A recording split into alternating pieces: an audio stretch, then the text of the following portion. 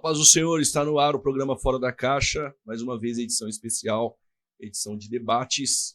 Na mesa hoje, o nosso debate, o tema será: a igreja passará ou não pelo período tribulacional. Aqui comigo, abrilhantando o programa, admiro muito, pastor César Cavalcante, reitor da Faculdade Teológica Bethesda, pastor da Igreja Comunidade Cristã Genuína, aqui de Campinas.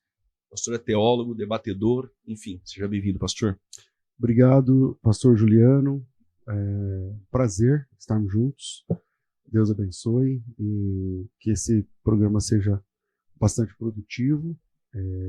Vai ser um prazer aqui conversar à luz da Escritura com o nobre querido que você vai apresentar e que o nome do Senhor seja exaltado nesse bate-papo nosso aqui. Amém. Aqui conosco também, pastor Ivan, pastor que é pastor da igreja também em Sorocaba, teólogo, já traduziu diversas obras muito importantes, né, dentro da escatologia bíblica. Seja bem-vindo.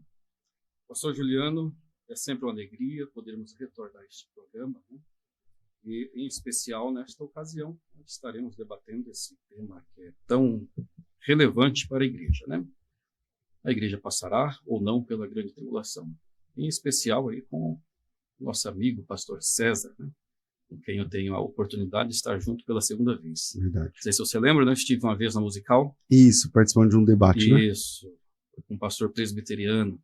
E aqui estamos novamente. Eu creio que vai ser um tempo de bênção e aprendizado para todos. Glória a Deus. O tema do programa é: a igreja passará ou não pelo período tribulacional? Pastor César, a igreja passa ou não pela tribulação e por quê? Bom, a igreja, historicamente, sempre entendeu que a igreja passa pela grande tribulação.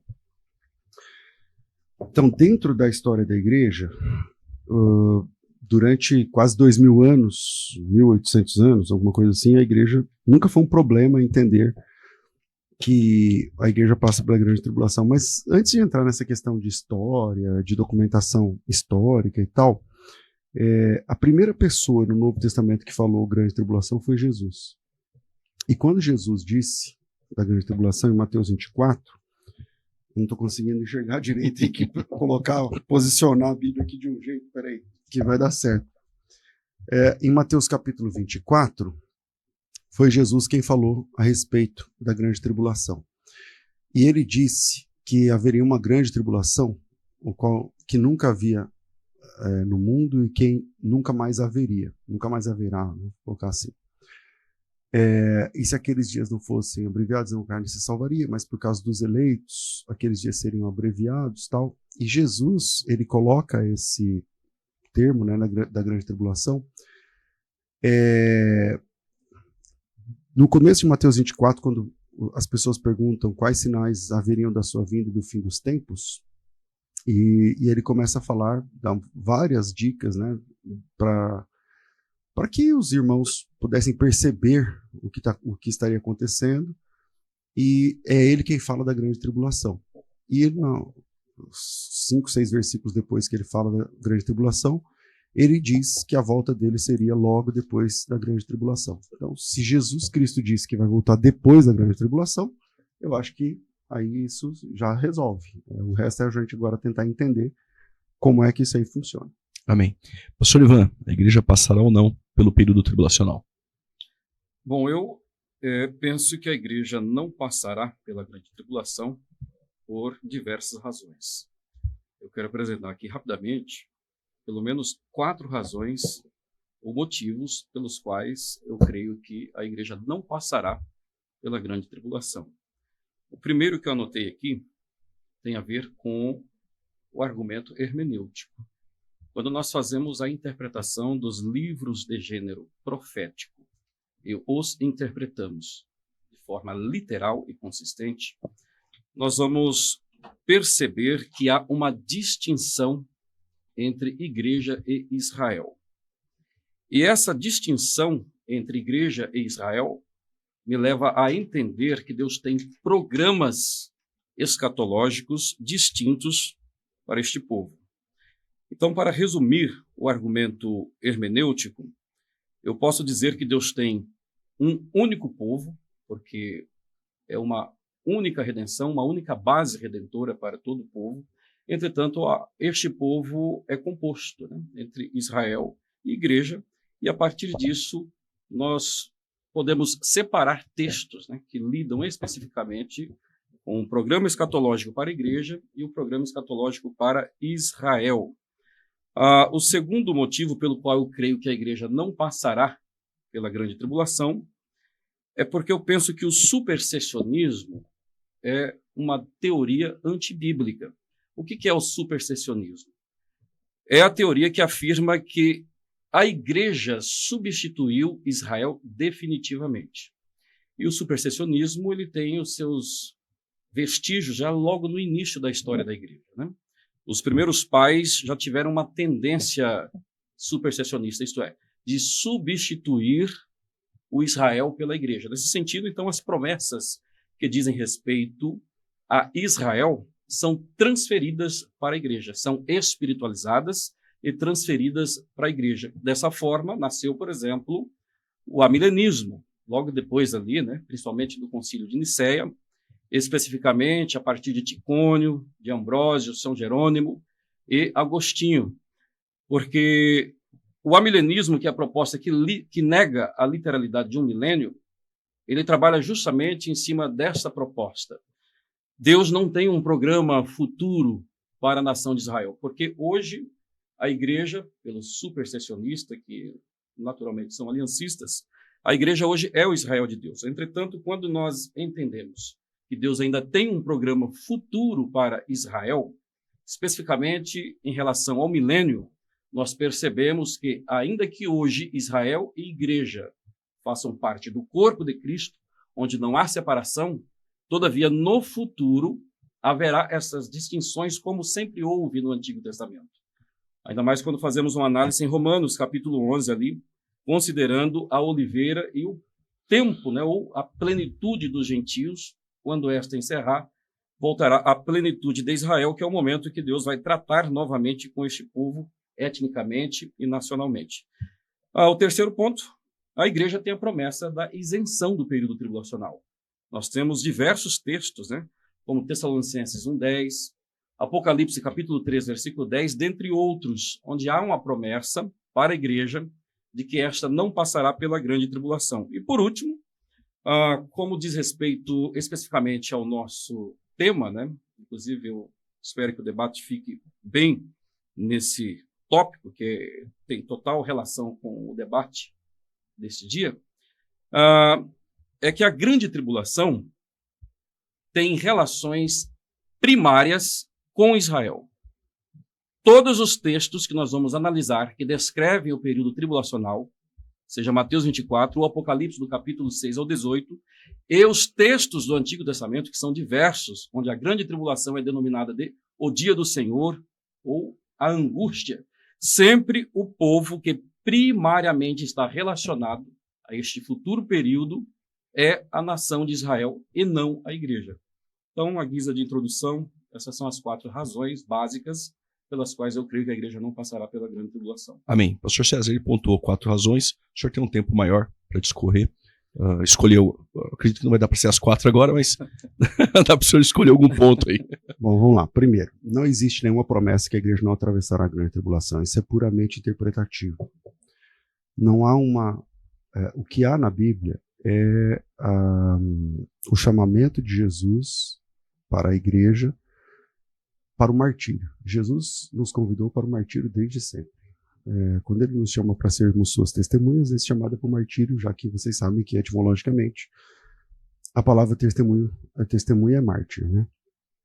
Essa questão de que Tessalonicenses 1 fala que é uma promessa que a igreja não passará na grande tribulação, isso não é o que o texto diz. Isso é o que a pessoa interpreta do que o texto diz, porque o texto lá diz que alguma coisa sobre a ira, eu não lembro exatamente de memória. 10, passou a esperar do céu o seu Filho Jesus, que nos livra da ira vindoura. Exatamente. A ira vindoura não é a grande tribulação. Esse é um erro. A Bíblia não chama a grande tribulação de ira de Deus contra os servos dele, entende? Então, Tessalonicenses 1:10 não tem nada a ver com a grande tribulação. A ira vai vir, E a ira, a Bíblia diz que a ira de Deus se manifesta dos céus contra os filhos da impiedade. Né? E, então isso não tem a ver. Apocalipse 3:10 também, a palavra tribulação sequer aparece ali. A palavra ali é guardar. E guardar é guardar da tentação. Aliás, Jesus ensinou a gente orar assim, né? Para que não nos deixe cair em tentação e tal. É isso aí. Isso não significa ser retirado de um lugar. Isso não tem absolutamente nada a ver. Apocalipse 3:10 tem nada a ver com arrebatamento. Aliás, quando Jesus vai fazer a sua oração no capítulo 17 de João, ele fala assim: não os peço que os tires do mundo, mas que os livre do mal. Então, quer dizer, livrar ali, guardar, ou melhor, guardar ali, não significa tirar. Então, dizer que Deus prometeu na Bíblia muito claramente que a igreja nunca atravessará a grande tribulação é uma questão meramente interpretativa e não exatamente textual. No capítulo 3 de Pedro, no 2 de Pedro 3:10, fala assim, ó: virá, entretanto, como ladrão o dia do Senhor, no qual os céus passarão com estrepitoso estrondo. Eu imagino que até os irmãos que são pré-tribulacionistas e dispensacionalistas entendam que aqui está falando da volta gloriosa de Jesus, onde os céus passarão com estrepitoso estrondo, os elementos se desfarão abrasados, também a terra e as obras que nela existem serão atingidas, tal, visto que todas essas coisas serão assim desfeitas, vocês precisam ser como aqueles que vivam em santo procedimento e piedade, esperando e aguardando essa a vinda do dia de Deus, através do qual os céus incendiados serão desfeitos, os elementos abrasados se derreterão. Então aqui, se Pedro está falando da volta, porque o pré divide a volta de Jesus em duas. Uma é secreta, mas ele não desce. Ele não desce até aqui. E a outra é visível, né? Mas, enfim. De qualquer forma, essa aqui de Pedro, eu queria essa consideração. Por que ele está falando que a igreja, os salvos, estão ali? E aí ele está falando, a carta de Pedro é para cristãos. E não exatamente para somente judeus que não servem a Jesus. É uma carta universal para os cristãos. E ele está dizendo que quando a terra for a passar, o céu e terra com estrondo e tal, os elementos se desfarão,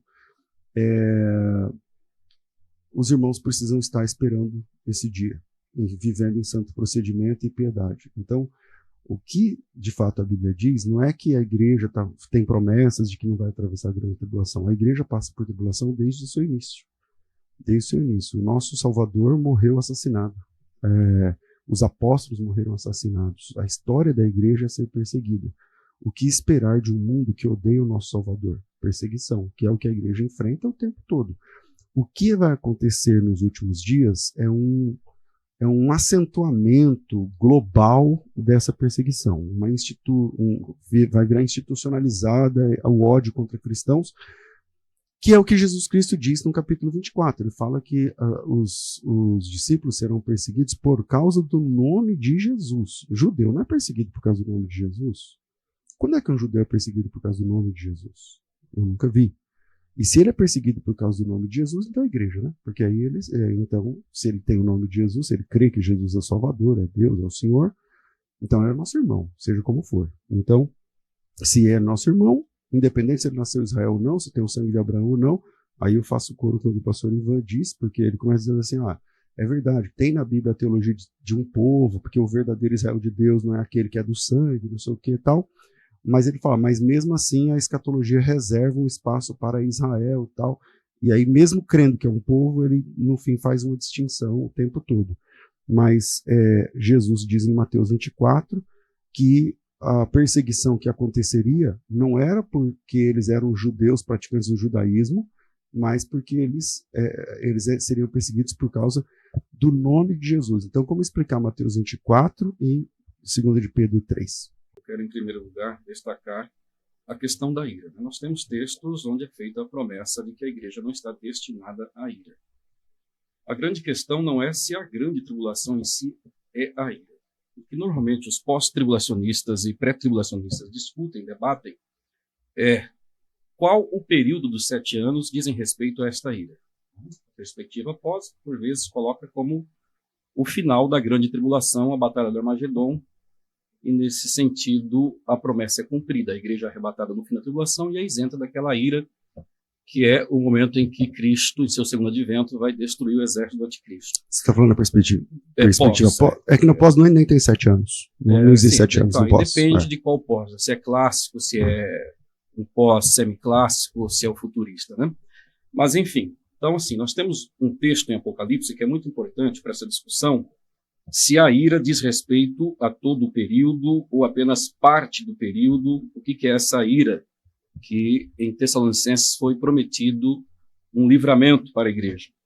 E Apocalipse capítulo 15, verso 1 diz: E vi outro grande e admirável sinal no céu, 7 anjos que tinham as 7 últimas pragas, porque nelas é consumada a ira de Deus. Então veja que interessante. A ira de Deus, ela não inicia com as 7 taças, as 7 salvas, ela se consuma. Por que a ira de Deus se consuma ali? Porque ela teve um início prévio. E quando foi que iniciou o período da ira de Deus? Com a abertura do primeiro selo. A manifestação do cavalo branco, que é um símbolo do anticristo como homem da paz, que vai propor o acordo, é o início do período da ira de Deus, ou o dia do Senhor, ou a grande tribulação. Aliás, a grande tribulação foi o próprio Cristo quem a denominou dessa forma em Mateus 24, verso 21. Mas nós temos diversos títulos para este mesmo período de 7 anos, que ainda é futuro. Então, quando nós percebemos aqui em Apocalipse capítulo 15, nós vamos ver que a ira ela já teve um início. O segundo selo, o cavalo vermelho, onde é dado aquele cavaleiro que influencia os homens a matarem uns aos outros. Ali é o início da grande tribulação. Ali é o início da ira, sucedendo ali imediatamente o cavalo branco, que é o período da paz que será estabelecida. E, naturalmente, aquele espírito maligno vai influenciar ímpios a matar quem? Crentes, né? Consequentemente. Quem são esses crentes? Aqueles que se converterão após o arrebatamento da igreja. Um outro ponto, né, que o pastor César falou que não há promessa de livramento, é Apocalipse capítulo 3, versículo 10. Né? É até estranho, porque assim, aquele texto, em relação à tentação, à provação, peirasmou, né, que nós temos ali no grego, mesmo os pós-tribulacionistas entendem que é uma referência à futura grande tribulação. E a promessa que é feita ali à igreja de Filadélfia é que esta seria guardada da hora, do período, e não na hora ou durante. Já visto se fosse na hora ou durante, a preposição grega, ao invés de ser um ek ali, né, poderia ser um epi, um en ou um eis, que traz a ideia de algo que está fora e atravessa. Seria a igreja fora da grande tribulação, atravessando pela grande tribulação. Entretanto, o apóstolo utilizou ali o ek justamente para transmitir a ideia de que a igreja será guardada, será preservada da hora, do período. E a tentação ali, a provação, ela abrangerá todo o globo terrestre. Não haverá um espaço da terra onde não haja a grande tribulação. Aliás, isso é o que classifica, né, a grande tribulação como um período distinto das tribulações gerais. Um outro problema que eu vejo às vezes nos pós-tribulacionistas é confundir tribulações ou perseguições gerais, conforme Jesus Cristo disse, né, em João 16:33, que no mundo nós teríamos aflições. Entretanto, as tribulações gerais não têm a ver com a grande tribulação.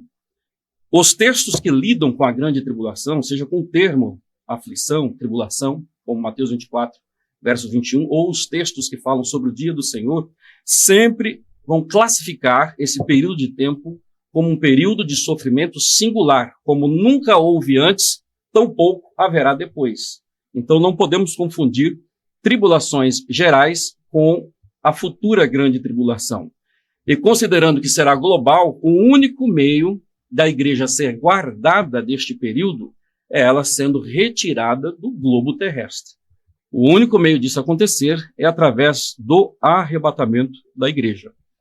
E para concluir aqui a minha fala, vamos ver se eu consigo responder as duas questões, né? Vamos fazer o seguinte, eu passo para o pastor César, depois você volta com 2 Pedro 3:10. Você vai ficar Isso, extenso. e Mateus Pode ser? 24. Ok. Não, mas ele... porque Pode ele usou ser, mais pastor. tempo, né? Não, Exato. mas é que ele não respondeu nenhum, Então, pode ser? então ele é melhor Bora, responder. vamos lá. Porque... 2 Pedro 3:10 e o Mateus 24.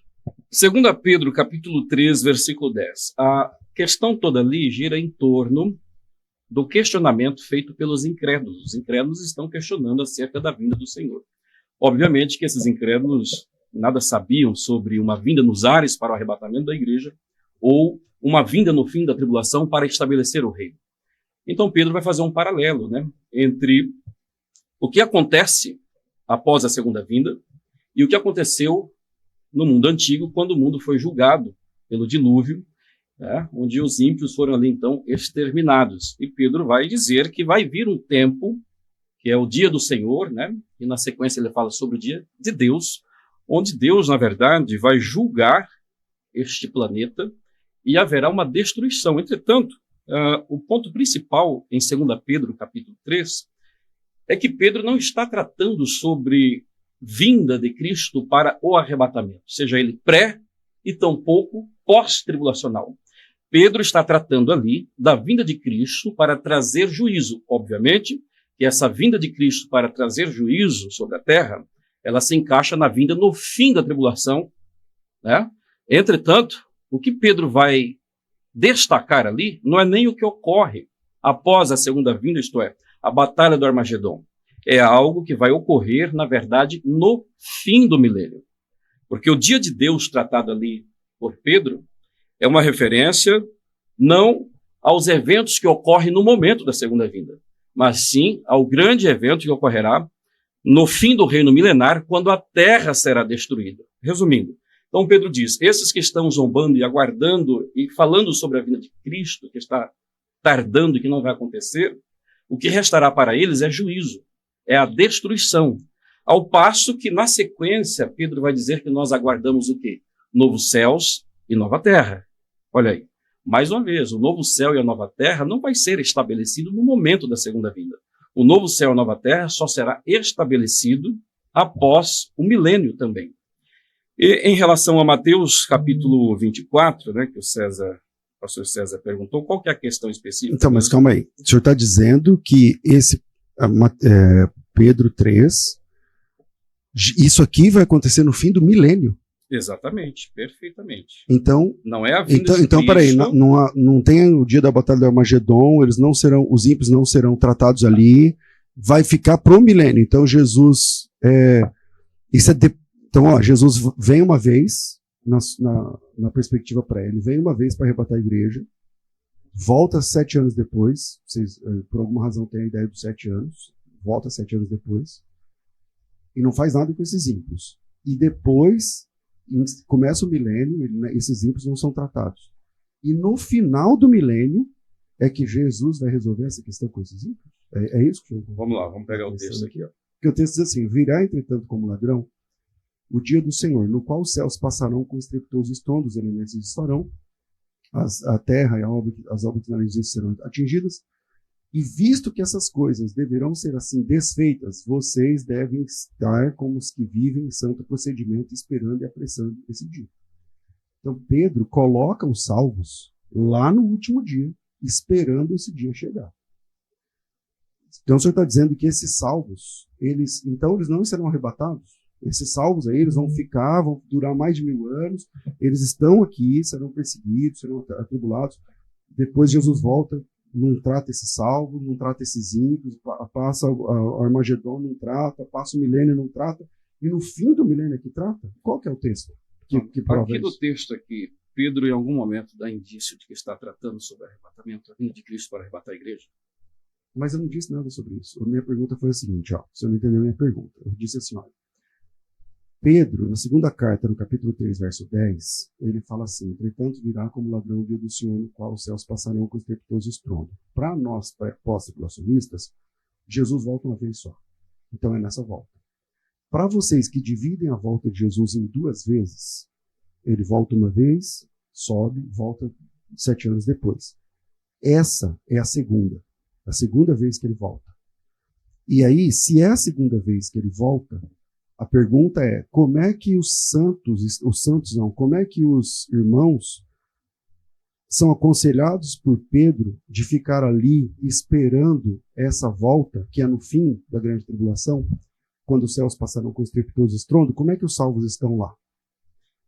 Mas Entendeu? quando você crê, entendi. Então você crê que quando Jesus voltar no fim da grande tribulação, já se cumprirá tudo isso que está escrito aqui. Por exemplo, versículo 12 que diz: aguardando e apressando-vos para a vinda do dia de Deus. Olha aqui, no verso 10 ele fala do dia do Senhor, né, que virá como ladrão, o qual os céus passarão com grande estrondo. Isso acontecerá na segunda vinda, no momento da segunda vinda. Olha a sequência, o versículo 12. Só tem uma volta de Jesus. Tá. Acontecerá na volta de Jesus, claro. Tá, ok. Vamos lá. Versículo 12. Aguardando e apressando-vos para a vinda do dia de Deus, em que os céus em fogo se desfarão e os elementos ardendo se fundirão. Isso ocorrerá imediatamente após a segunda vinda? Seja como for, porque a pergunta não é, qual que é a amplitude dos eventos e tal. A questão é, isso acontece na perspectiva pré, na segunda vinda. Porque quem é pós é uma vinda só. Então acontece na vinda.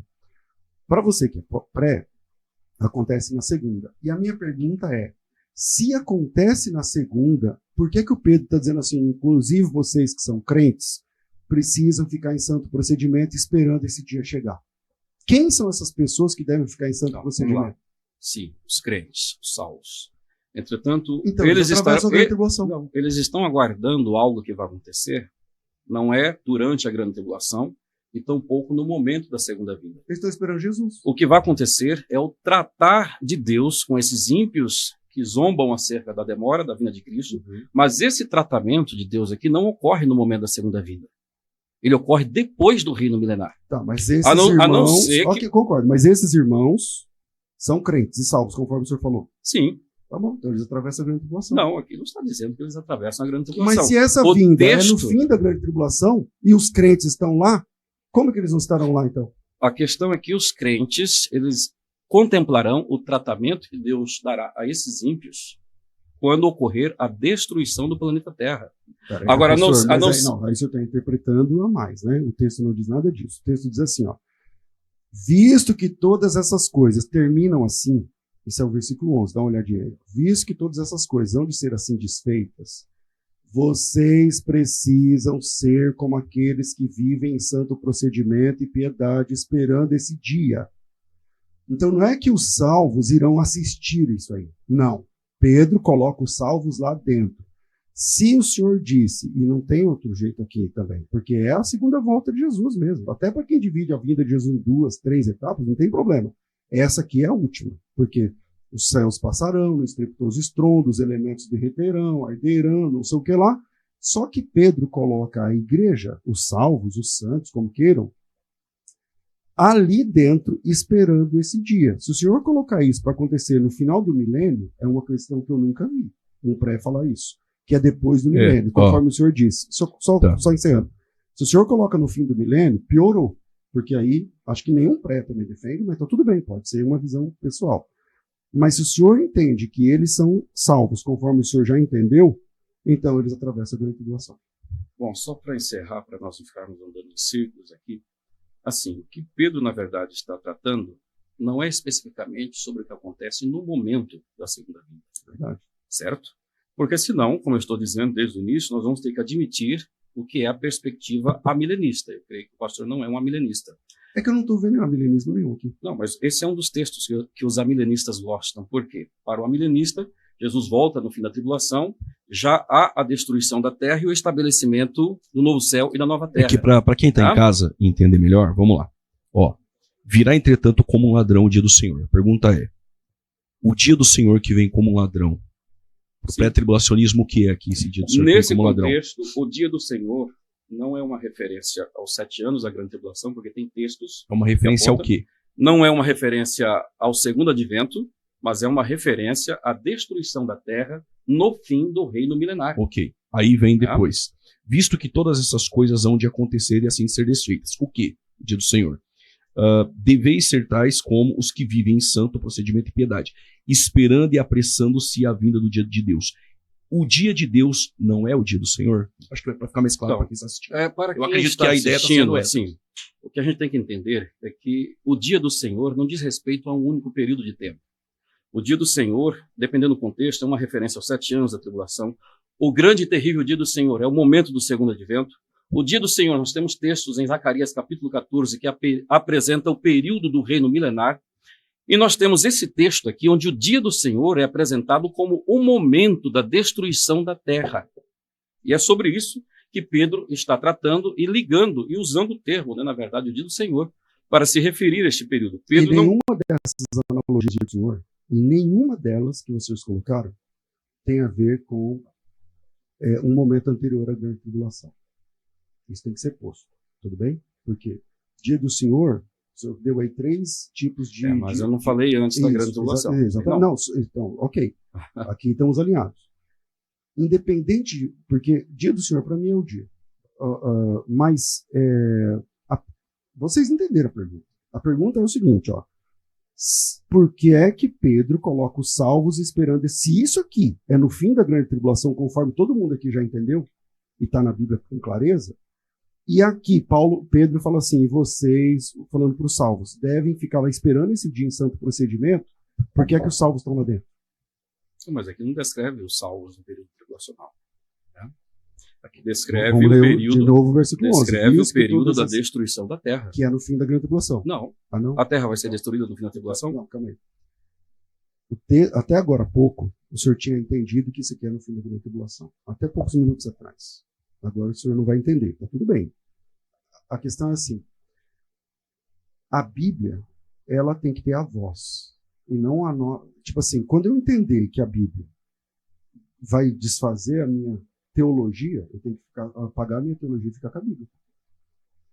O texto bíblico diz assim, ó, que no final não, o dia do Senhor vem, onde, nesse dia os céus e a terra passarão, com estrepitoso estrondo, não sei o que lá. Todo mundo sabe que isso aqui é no final da grande tribulação, é depois, é no fim, não é no começo. Visto que todas essas coisas serão assim desfeitas, vocês precisam viver em santo procedimento esperando esse dia. A minha pergunta é, essas pessoas são a igreja? Sim. Então a igreja passa a grande tribulação. Não, aqui a igreja está esperando o momento em que Deus vai tratar com os ímpios, destruindo a terra, mas não é no momento do segundo advento. É no fim do reino milenar. Agora, em relação à igreja... Seja como for, a igreja está esperando, né? Mas então, o que a igreja está esperando, na verdade, aqui, em contraste com os ímpios, que, na verdade, passarão por essa destruição, que não é no momento do segundo advento, é no fim do milênio, o que a igreja aguarda é isso aqui, ó, versículo 13. Mas nós, segundo a sua promessa, aguardamos novos céus e nova terra em que habita a justiça.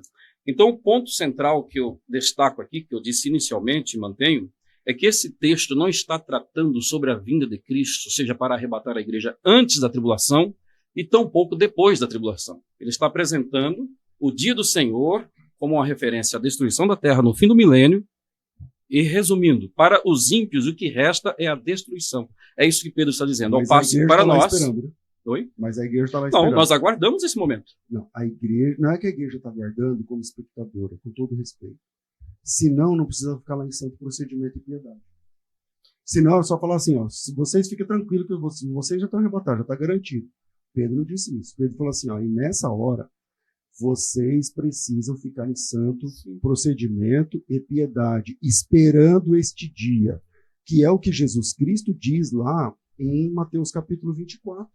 Porque se a igreja não estiver em santidade esperando esse dia, ela não vai participar da promessa do versículo 13. Ela não vai ser arrebatada. Que, na verdade, não diz respeito ao momento do arrebatamento em si, seja antes ou depois da tribulação. Então, o versículo 13 é novo céu e nova terra. Vamos até onde a gente concorda. A gente concorda que isso acontece depois da grande tribulação.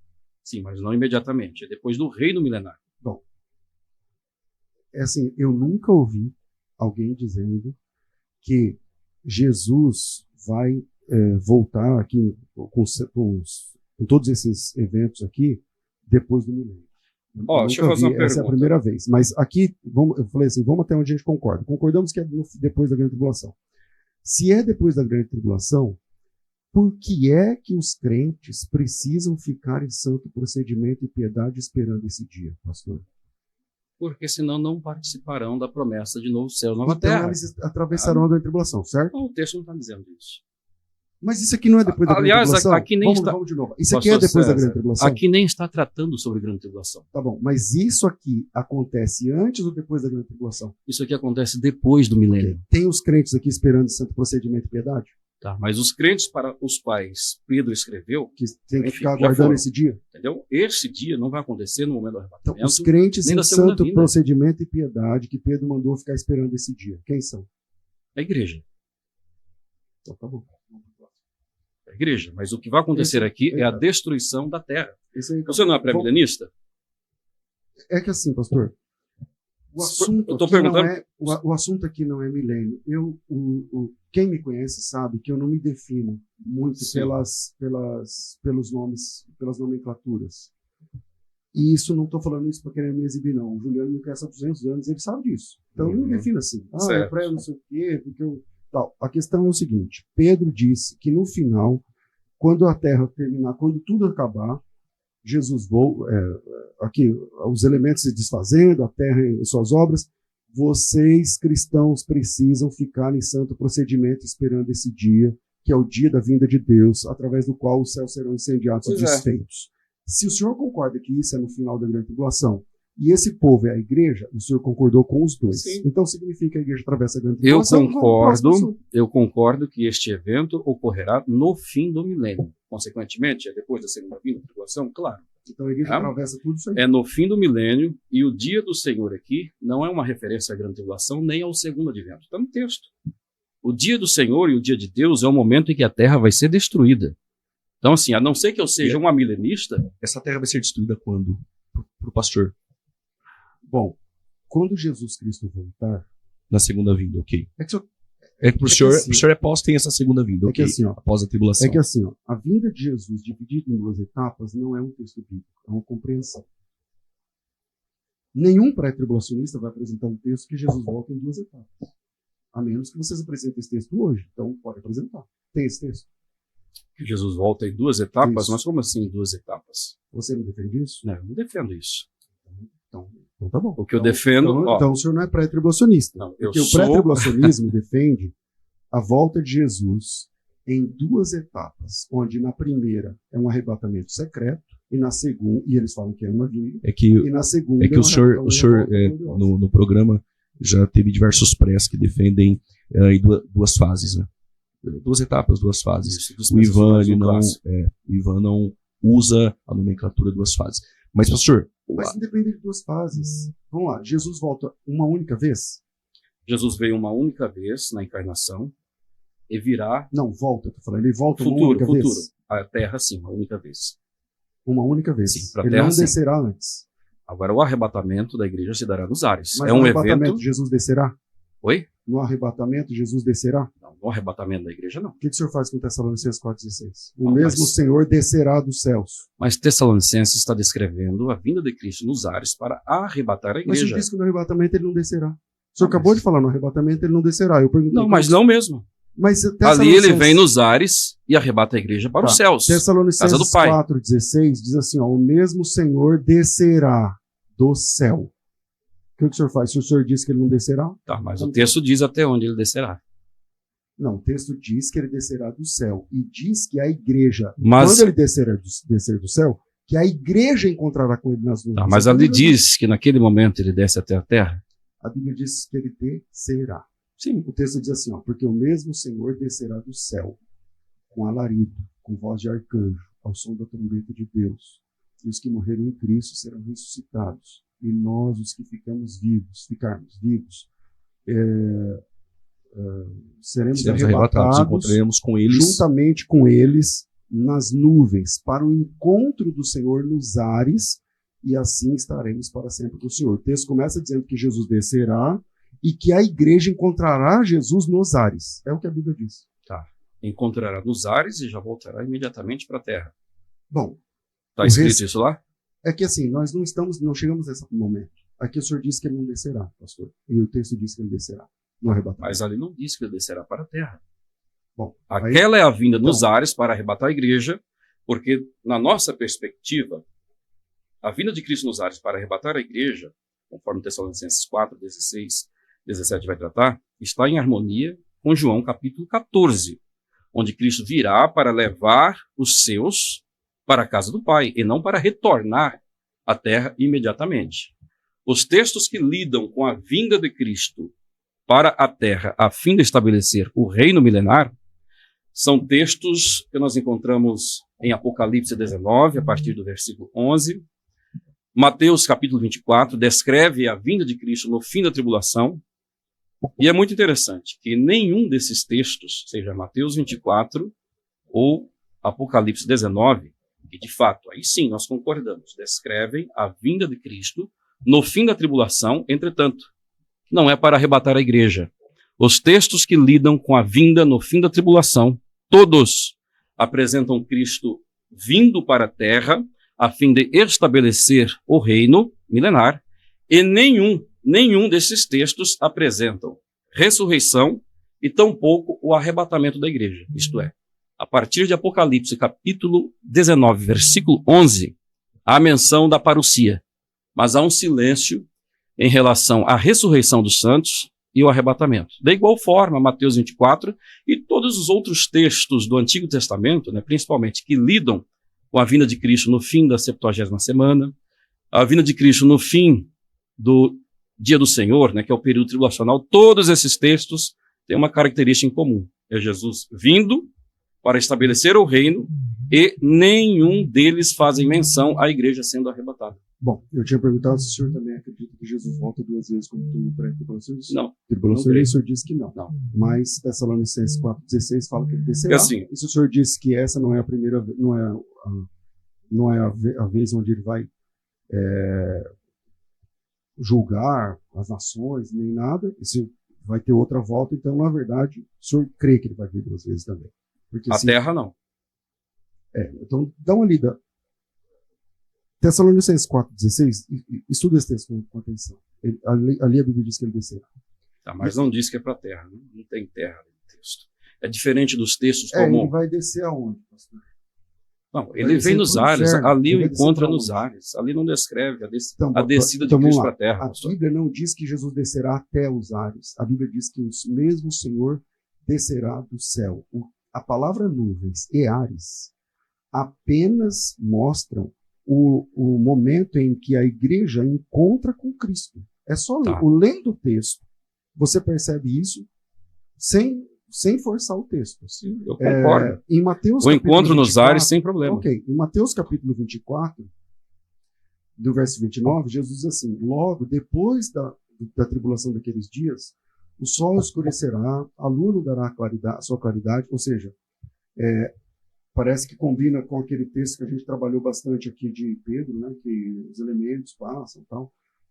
Os corpos celestes serão abalados, mais uma vez combina com o que está escrito lá em Pedro. Aparecerá no céu o sinal do Filho do Homem. Os povos da terra se lamentarão, virão o Filho do Homem vindo sobre as nuvens nos céus. Então ele está chegando sobre as nuvens dos céus. E ele enviará os anjos com som de trombeta e ajuntarão os seus escolhidos. Está aqui, o momento onde os escolhidos são juntados. Okay. Então nós vamos prestar atenção em 2 detalhes. Vamos fazer o seguinte, nós vamos para o intervalo, e na volta do intervalo fica pendente aqui os escolhidos. E ficou algo pendente, 2 Pedro 3. Pastor, o versículo de número 12, 2 Pedro, diz: na qual os céus incendiados serão desfeitos, os elementos abrasados derreterão. Aqui é na segunda vinda? Só tem uma vinda. Aqui. Então, mas aqui é na batalha do momento, aí destruiu a terra. Não, veja só, a Bíblia diz assim, que esses elementos, nesse dia, vai ser um dia de um cataclisma gigantesco. E é nesse dia que vai acontecer, por exemplo, a Batalha do Armagedon. É tudo nesse dia. Então, vai haver uma transformação, inclusive na cosmologia. Porque se o sol escurecerá e dará mais a sua claridade, então nós temos outra cosmologia. Porque o que marca dia e noite para nós é o sol. Se o sol escurece, a lua não dará mais a sua claridade, então nós temos uma mudança, uma alteração aí tudo nesse dia. Então os elementos abrasados se derreterão no momento da Batalha do Armagedon. Tudo isso aqui é na chegada de Jesus. Aí vem novos céus e nova terra na sequência, é isso? Exato. Ok. Então não tem um milênio. Ou novos céus e nova terra é um milênio. Isso que eu queria entender. Isso, novo céu e nova terra é um milênio. Tá. Claro. Entendi. Então, novo céu e nova terra é um milênio. Porque no milênio, terra, a igreja vai reinar aqui na terra e vai ter acesso à Nova Jerusalém. Tá. Então o milênio é o novo céu e nova terra. Podemos tratar no próximo bloco. Tá bom. Nós vamos fazer um intervalo. Depois retornamos. Tem um recado especial do pastor César Cavalcante. No intervalo, Depois voltamos com o programa de debates, a igreja passará ou não pela tribulação.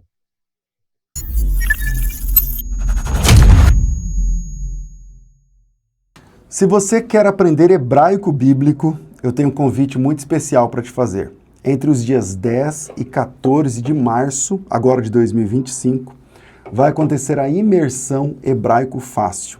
Uma semana inteira, segunda, terça, quarta, quinta e sexta, com aulas ao vivo, material didático, suporte, comunidade de alunos, credencial de aluno, certificação para a sua alfabetização plena em hebraico bíblico.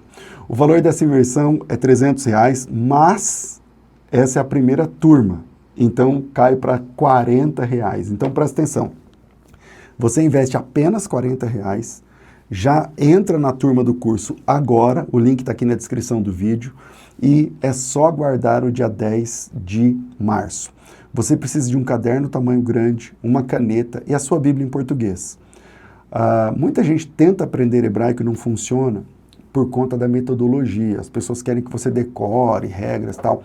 No Hebraico Fácil é tudo diferente. Eu já alfabetizei mais de 3.000 pessoas. Alguns deles hoje são professores de hebraico ou conhecem bastante a língua original do Antigo Testamento. Se você quer ler, escrever, pronunciar corretamente e transliterar, esses são os 4 pilares que nós consideramos uma pessoa como alfabetizada. Sabe ler, sabe escrever, pronuncia corretamente e sabe transliterar. Se você quer aprender tudo isso em uma imersão de uma semana, as aulas são ao vivo, às 7h30 da noite, de segunda a sexta, entre os dias 10 e 14 de março. Dá uma olhada aí. Se você estiver assistindo isso depois do dia 14 de março de 2025, então já passou, não serve mais para você. Mas, se for antes, clica no link que está aqui na descrição e faça já a sua inscrição por apenas R$40. E já respondendo uma pergunta, pastor, as aulas ficam gravadas? É uma imersão de uma semana, é um valor simbólico, mas mesmo assim, as aulas ficarão gravadas na plataforma durante 30 dias e você poderá ver, rever, revisitar, maratonar as aulas quantas vezes achar necessário. Bora dar o play e aprender hebraico de verdade? Quer aprender a ler, escrever? Quer aprender a pronúncia correta e a transliteração? Esse projeto é para iniciantes. Então, se você não sabe nada de hebraico, é exatamente para você. Se você tentou aprender e não conseguiu, é para você. Se você sabe meia dúzia de letras, é para você. Vem para o Hebraico Fácil, invista apenas R$40, já pega o seu certificado no final, embora aprender hebraico para implementar o seu ministério. Seu ministério merece mais capacitação. Te vejo lá no curso.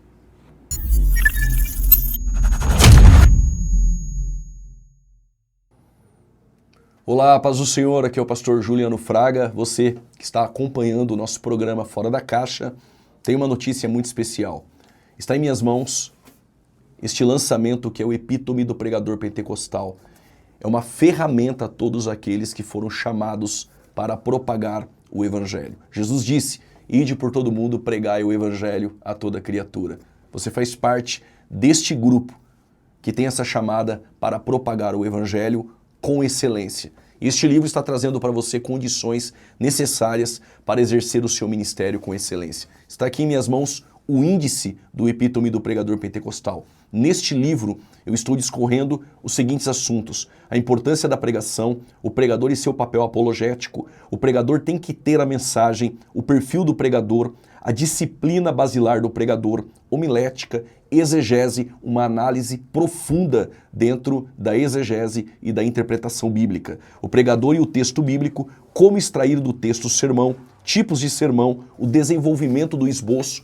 E neste livro tem diversos esboços prontos para você poder usar e entender como podemos elaborar o nosso sermão, a introdução, o corpo do sermão, a conclusão, como elaborar os tópicos da mensagem que Deus lhe deu, seja temática, expositiva ou textual. Mais do que isso, as doutrinas essenciais da fé pentecostal, os pilares daquilo que nós devemos crer como ortodoxia dentro do pentecostalismo. Sendo assim, o pregador precisa teologicamente ter bem fundamentado o seu estudo doutrinário dentro daquilo que nós conhecemos como a doutrina bíblica, a doutrina dos apóstolos. No que nós precisamos crer? Doutrina da Trindade, a cristologia, a santificação, a doutrina do Espírito Santo, muito mais dentro do epítome do pregador pentecostal. Tem mais? Tem.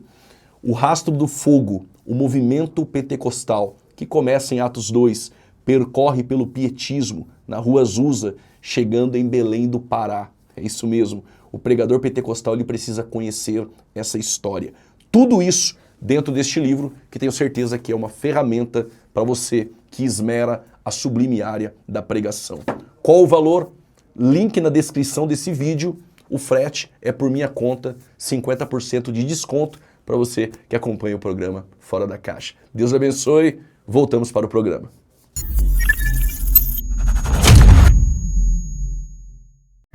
Quer aprender escatologia com profundidade e clareza? Vá no Instagram e siga Ivan Santos Escatologia. No meu perfil eu tenho mais de 200 vídeos. E, em breve, estarei lançando o curso Escatologia Avançada, onde você vai aprender sobre os fundamentos histórico e exegético do dispensacionalismo. Aprenderá também sobre o aliancismo e sua hermenêutica, as variações que há entre dispensacionalismo clássico e revisado, e mais de 60 tópicos da escatologia bíblica.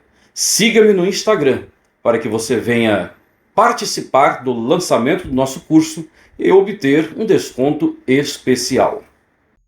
Voltamos com o programa Fora da Caixa. Pastor Ivan, Mateus 24, os escolhidos. Ali é o arrebatamento, não? Os escolhidos ali é a igreja. Quem é? Vamos lá. Mateus 24, verso de número 30, diz: Então aparecerá no céu o sinal do Filho do Homem, e todas as tribos da terra se lamentarão, e verão o Filho do Homem vindo sobre as nuvens do céu, com poder e grande glória. E ele enviará os seus anjos com rijo clamor de trombeta, os quais ajuntarão os seus escolhidos desde os quatro ventos, de uma a outra extremidade dos céus. A questão foi perguntada isso aqui não é porventura o arrebatamento da igreja? De forma alguma. É bem verdade que nós temos algumas semelhanças aqui com esse texto e 1 aos Tessalonicenses capítulo 4. Mas há alguns detalhes nesses textos que tornam impossível conciliar os dois como sendo um mesmo evento em um mesmo momento. Eu quero destacar aqui pelo menos um. Aqui é dito que anjos ajuntarão os eleitos, e esse ajuntamento, nós temos aqui no grego episunago, um ajuntamento em um local específico. Aqui não é arrebatamento. E o detalhe aqui que eu acho muito interessante, que prova que este não é o mesmo evento que é registrado em Tessalonicenses capítulo 4, versos 16 e 17, é que em Tessalonicenses capítulo 4, é o próprio Senhor quem arrebata a igreja, conforme João capítulo 14, versículo de número 3. Versículo 2 e 3, ali de João 14, é Cristo quem vem e leva a igreja para a casa do Pai no momento do arrebatamento. Entretanto, aqui são anjos quem realizam esse evento. Então, se o pastor César crê que é o mesmo evento, como que você concilia o fato do texto dizer que são anjos quem ajuntam aqui, e não há qualquer menção de arrebatamento, aqui é um episunago, um ajuntamento na terra, e o texto de Tessalonicenses dizer que é o mesmo Senhor, é o Cristo quem arrebata, e não anjos, ou seja, o arrebatamento não será terceirizado para anjos, conforme nós vemos aqui. Então, vamos lá. Em primeiro lugar, em Marcos, capítulo 13, que é o texto correlato, lá diz que eles serão juntados das extremidades da terra até o céu. Então, nós temos aí já uma perspectiva melhor. Marcos 13, versículo 27. Esse Marcos 13 está tratando exatamente o mesmo momento, tá, gente? Não estou querendo pegar um texto fora, não. É só ver o versículo 24. Ó. Naqueles dias, depois da tribulação, o sol escurecerá, a lua dará sua claridade, as estrelas cairão do firmamento, os poderes são abalados. Isso aqui é um espelho de Mateus 24, 29. Então verão o Filho do Homem vir nas nuvens com grande poder e glória. Isso, concordo com o pastor Ivan, combina muito com o que acontece lá em Tessalonicenses 4. E ele enviará os anjos e reunirá seus escolhidos dos 4 ventos, das extremidades da terra até a extremidade do céu. Se eu disser assim, ó, de Campinas até São Paulo, é que vai daqui a lá. Da extremidade da terra até a extremidade do céu, está resolvido. Agora, sobre a questão dos anjos, é verdade. Lá em Tessalonicenses não fala de anjos, mas veja que interessante, Mateus capítulo 13, na parábola da rede, ele fala que o reino, pastor Ivan, é uma rede lançada ao mar que traz para o barco toda qualidade de peixe. E aí Jesus disse assim, na consumação dos séculos virão os anjos, e eles separarão os maus dos justos. Quando é que os anjos vão fazer isso? No fim da tribulação. E quem que eles separam? Quem que eles separam na parábola? Os santos dos justos. Os maus. Os maus dos justos.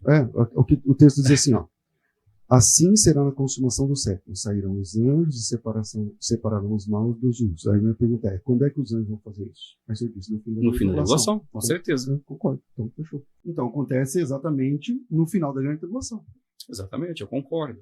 Esse texto está descrevendo um evento que ocorre no fim da grande tribulação.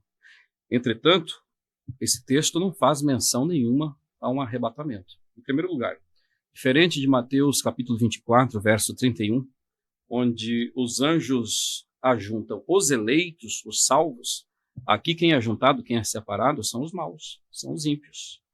Então são coisas totalmente distintas.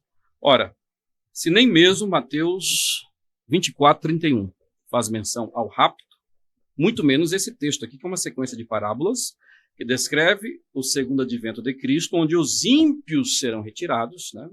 Ou seja, o joio será removido e o trigo, ou como aqui no caso, os bons, permanecem para entrarem no reino milenar.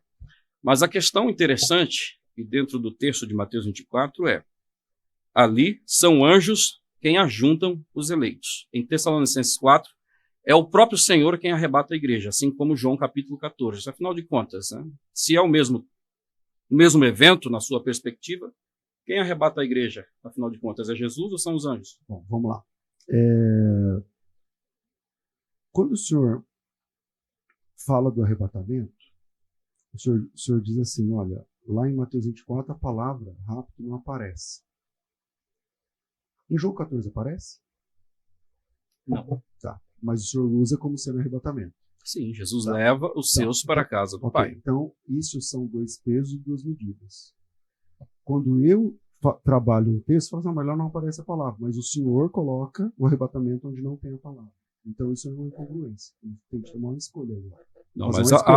Se o senhor só pode enxergar o arrebatamento aonde tem a palavra rapto, que é a palavra harpazo, então você só pode trabalhar com Tessalonicenses 14. Só tem que viver ali. Não tem outro texto. Quando, na verdade, pastor, existem palavras diferentes para tratar um mesmo assunto. Então, a gente vamos para a questão da antítese. Se lá em Mateus 24, 31, não são os salvos ali sendo ajuntados de uma outra extremidade do céu, conforme concorda Marcos, quem são essas pessoas que são ajuntadas? E elas são juntadas para quê? O contexto de Mateus 24 descreve o período tribulacional, especificamente a partir do versículo 15, que é os últimos 3 anos e meio da 70ª semana de Daniel. Haja vista Mateus 24, versículo de número 15, vai fazer uma ligação direta com Daniel, capítulo 9, versículo 27, que é o momento da profanação do templo, quando então acontecerá ali na semana de número 70. E Jesus, quando faz essa conexão ali, ao descrever os últimos 3 anos e meio da grande tribulação, a partir de Mateus 24, verso 15, ele liga este evento com a abominação desoladora, que é o que é descrito em Daniel como algo que vai ocorrer através da pessoa do anticristo. Então, assim, todo o contexto de Mateus 24, os eleitos, o templo, versículo 15, a Judéia, o sábado, é um contexto israelita. É óbvio que nós cremos que a grande tribulação ela não vai abranger apenas Israel. Tem textos que vão nos afirmar que será global e vai afetar toda a humanidade. O próprio Mateus 24 fala que é em todo mundo. Mas o contexto ali Você consegue enxergar a igreja no contexto de Mateus 24? Onde? Se eles são, posso responder? Pode responder. Tá. Se eles são perseguidos por causa do nome de Jesus, então são nossos irmãos. Se são nossos irmãos, são a igreja, pastor. O fato de Você já viu um judeu sendo perseguido por causa do nome de Jesus? Sim, durante a grande tribulação eles serão perseguidos. Mas por causa do nome de Jesus? Sim, porque se converterão a Cristo durante a grande tribulação. E quem se converte a Cristo é o quê? Quem se converte a Cristo é um cristão, é um seguidor de Jesus, Que faz parte mas da... necessariamente não precisa fazer parte da igreja. Então, Essa é a questão. aí entra um problema. Eles são cristãos, certo? O senhor concordou agora há pouco, Sim, mas o senhor sem não precisa... Se a resposta for negativa para a sua construção, o senhor pode não responder se o senhor vai se sentir melhor. Mas acho que está claro para todo mundo. Se os judeus se convertem, são cristãos, conforme o senhor admitiu. Sim, Ok. Se eles são cristãos, por que é que eles não são igreja? porque... Apenas para defender sua tese? Não. Então por Não, quê? por que não? Antes de Cristo, no período do Antigo Testamento, aqueles que tinham a esperança messiânica, né? Ter no Antigo Testamento para Cristo, cristãos, é Messias, né? Messiá. Então, o que acontece? Aqueles salvos do período do Antigo Testamento, tanto dentro de Israel, judeus, como dentro dos gentios, eles eram igreja? Não existia igreja naquele período. Não, porque Eles eram salvos. Eles eram O salvos. que dá a entender quando você faz essa afirmação é que, a partir do momento que tem alguém salvo, seja um israelita ou um gentio, necessariamente tem que haver igreja. Então, esse é um julgamento Cristo. seu, né? Esse é um julgamento seu. eu Eu não posso mostrar disse isso. Não, é que o senhor está julgando por uma coisa que eu não disse. Então, eu não disse nada disso. O que eu disse é o seguinte, ó. Eu tratei aqui de algum salvo no Antigo Testamento? Não, eu não trouxe isso. Mas o senhor, como exemplo. mas o senhor trouxe um exemplo como se eu tivesse dito. O senhor usou um exemplo como se eu estivesse falando. Não é justo. Então, mas eu não disse. Eu tenho essa percepção. Para você, então, senhor, se tem salvo, tem que ter igreja. Então vamos lá. Se o senhor tem essa... E eu estou usando o argumento do Antigo Testamento para mostrar Tá bom, então que vamos os lá. santos do Antigo Testamento foram salvos antes de Israel Tá bom. e nunca pertenceram à igreja. Ok. E assim será Isso é verdade. Agora, durante a grande tribulação. Então vamos lá. Eu não disse nenhuma vez isso, tá? Que o Abraão, não sei o que lá. O que eu estou dizendo é que existe o povo de Deus no Antigo Testamento. Ok, tá tudo bem. Agora, a partir de Jesus, quando a pessoa se torna salva, porque ela é cristã. Seguidor de Cristo. Seguidor de Cristo. O Abraão não era cristão, porque ele não conhecia Jesus. Ele estava na sombra da cruz. Então, olha, eu não vou entrar nesse mérito, porque a gente vai sair do assunto. Sim. Entendeu?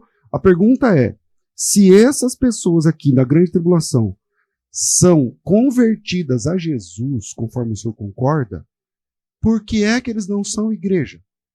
Porque durante a grande tribulação, à luz de Romanos, capítulo 11, a plenitude dos gentios, que é o período em que a igreja, por estar em Cristo, foi enxertada na oliveira, e é este o período onde não há barreira de separação entre gentios e israelitas.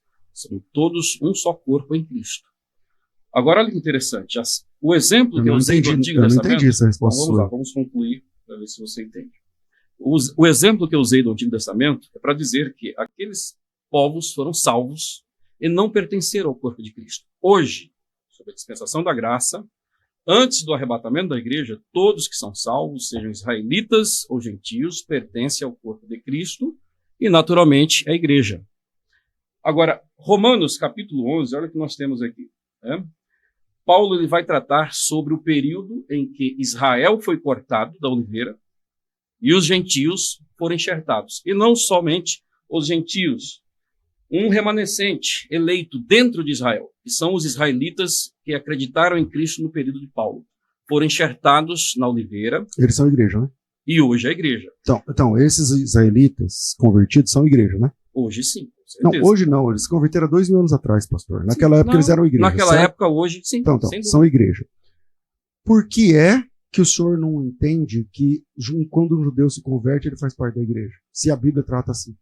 Hoje, um judeu se converte, ele faz parte da igreja. E na grande tribulação? Não, porque a igreja já foi arrebatada. Agora preste atenção. Então, aqui. mas a igreja, se eu entende que a igreja, ela é um povo místico, um corpo místico de Cristo? Sim, sem dúvida. Então não tem a igreja. Ele está dizendo, pastor, que hoje, há 2000 anos atrás, um judeu que se converte, ele é cristão.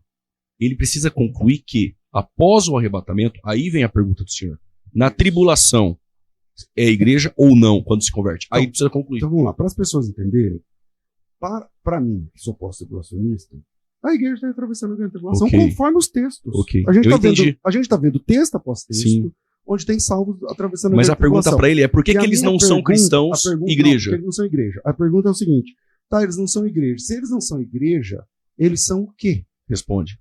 Israelitas, salvos, crentes em Cristo. Tá, e as pessoas que se converterem... que eram salvos no Antigo Testamento. E os gentios que se converteram na grande tribulação são esses que ele está falando. São salvos também, crentes em Cristo. Mas não são igreja. Mas sem ser igreja. Sem então nós temos um povo salvo. Eu nem vou levar em conta o Antigo Testamento. Vamos falar da graça para frente. Então nós temos um primeiro povo salvo, que é a igreja. Que é a igreja, certo? Nós temos um segundo povo salvo, que o senhor entende que são judeus convertidos. E nós temos um terceiro povo salvo, que são gentios convertidos. Certo? Então você tem 3 tipos de salvos? Não, são agora? 3 tipos de salvos. São quantos? 3 grupos, povos, que compõem um único povo de Deus. Que é a igreja. Não, o único povo de Deus salvo, desde o período do dilúvio, não fazem parte da igreja. Igreja é somente a partir do Pentecostes. Então vamos lá. A noiva de Cristo, esses judeus convertidos, fazem parte da noiva? Como que é?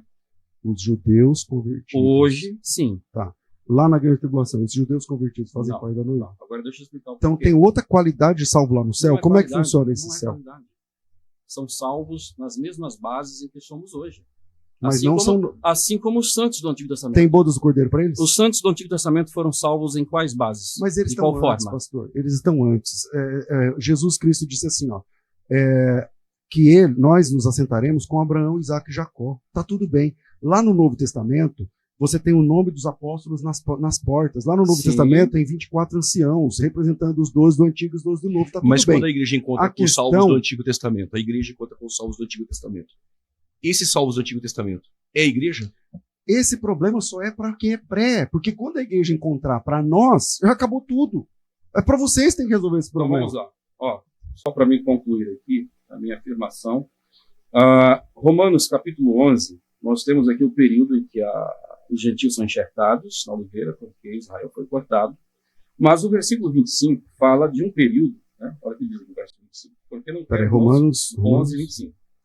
Que ignoreis este segredo, que o endurecimento veio em parte sobre Israel, até que a plenitude dos gentios haja entrado, ou encerrado.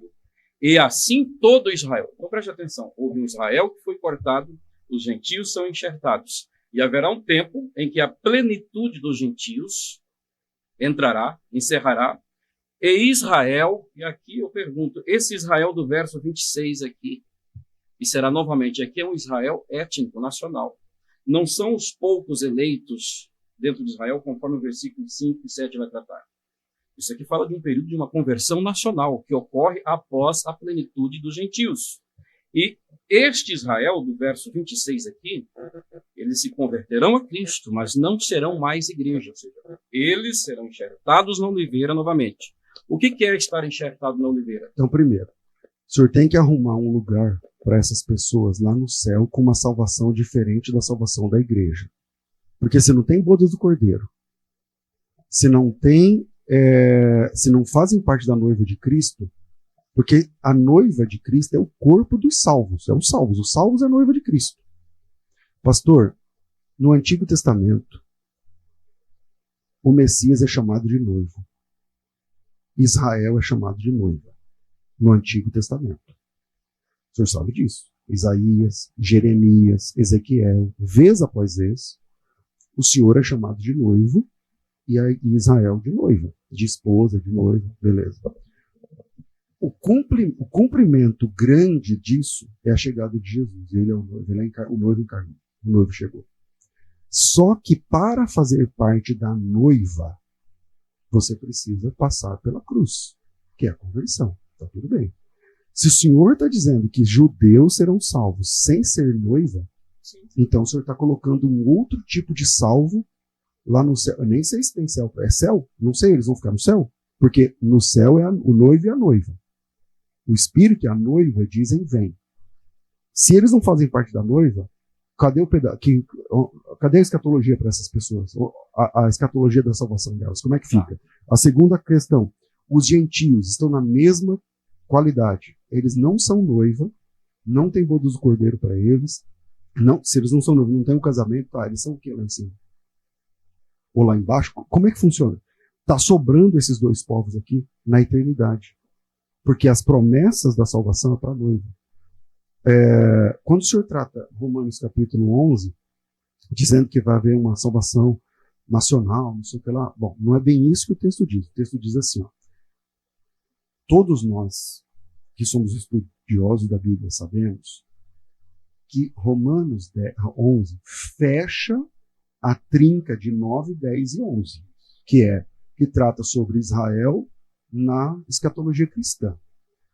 No capítulo 10, versículo 1, Paulo diz assim, ó, irmãos, o bom desejo do meu coração e a minha súplica a Deus em favor de Israel é que eles se salvem, porque eles dão testemunho de que eles têm zelo de Deus, porém não com entendimento. O que Paulo está dizendo? Que o judeu não é salvo porque é judeu. Judeu não é salvo. Ok, judeu não é salvo porque é judeu. No capítulo 11, ele vai destrinchar essa razão. Por que ele não é salvo? Porque ele endureceu o coração. E aí ele vai falar a ideia, né, que não é bem uma parábola, mas ele faz aqui uma comparação da oliveira. É oliveira, não é?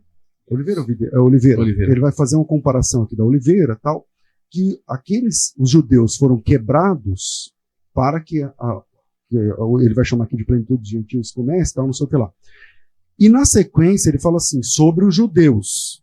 E eles também, se não permanecerem na incredulidade, poderão ser enxertados de novo. Ou seja, o judeu pode ser salvo? Pode. Aliás, a primeira igreja era 100% judia.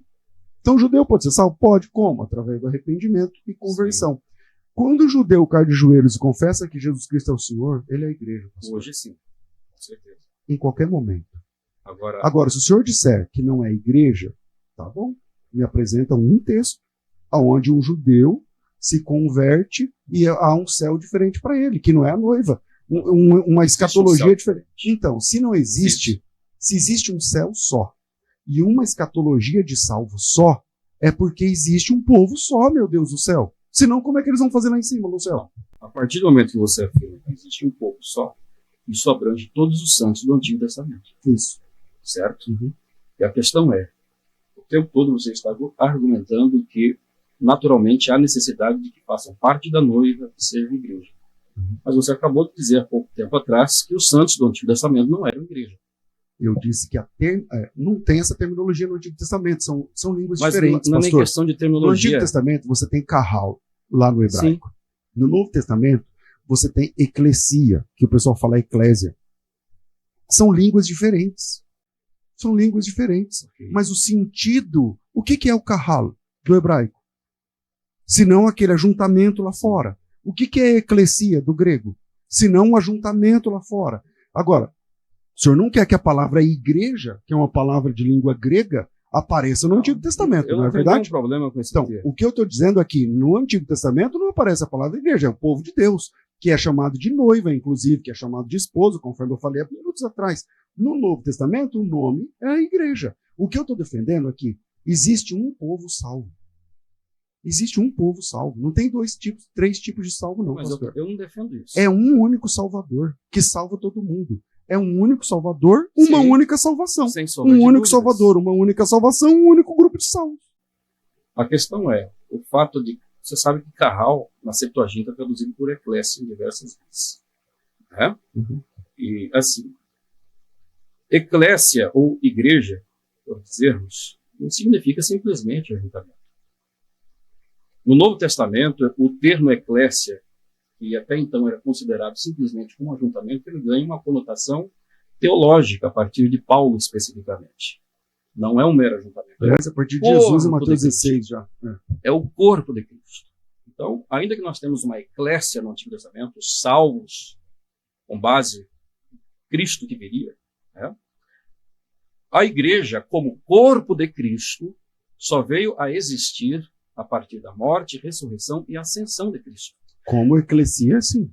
Não somente a eclesia, como corpo de Cristo. Os santos do Antigo Testamento eram salvos com base no sacrifício de Cristo que viria, Claro, que veio? claro. Sim, mas nunca pertenceram ao corpo de Cristo e nunca pertencerão.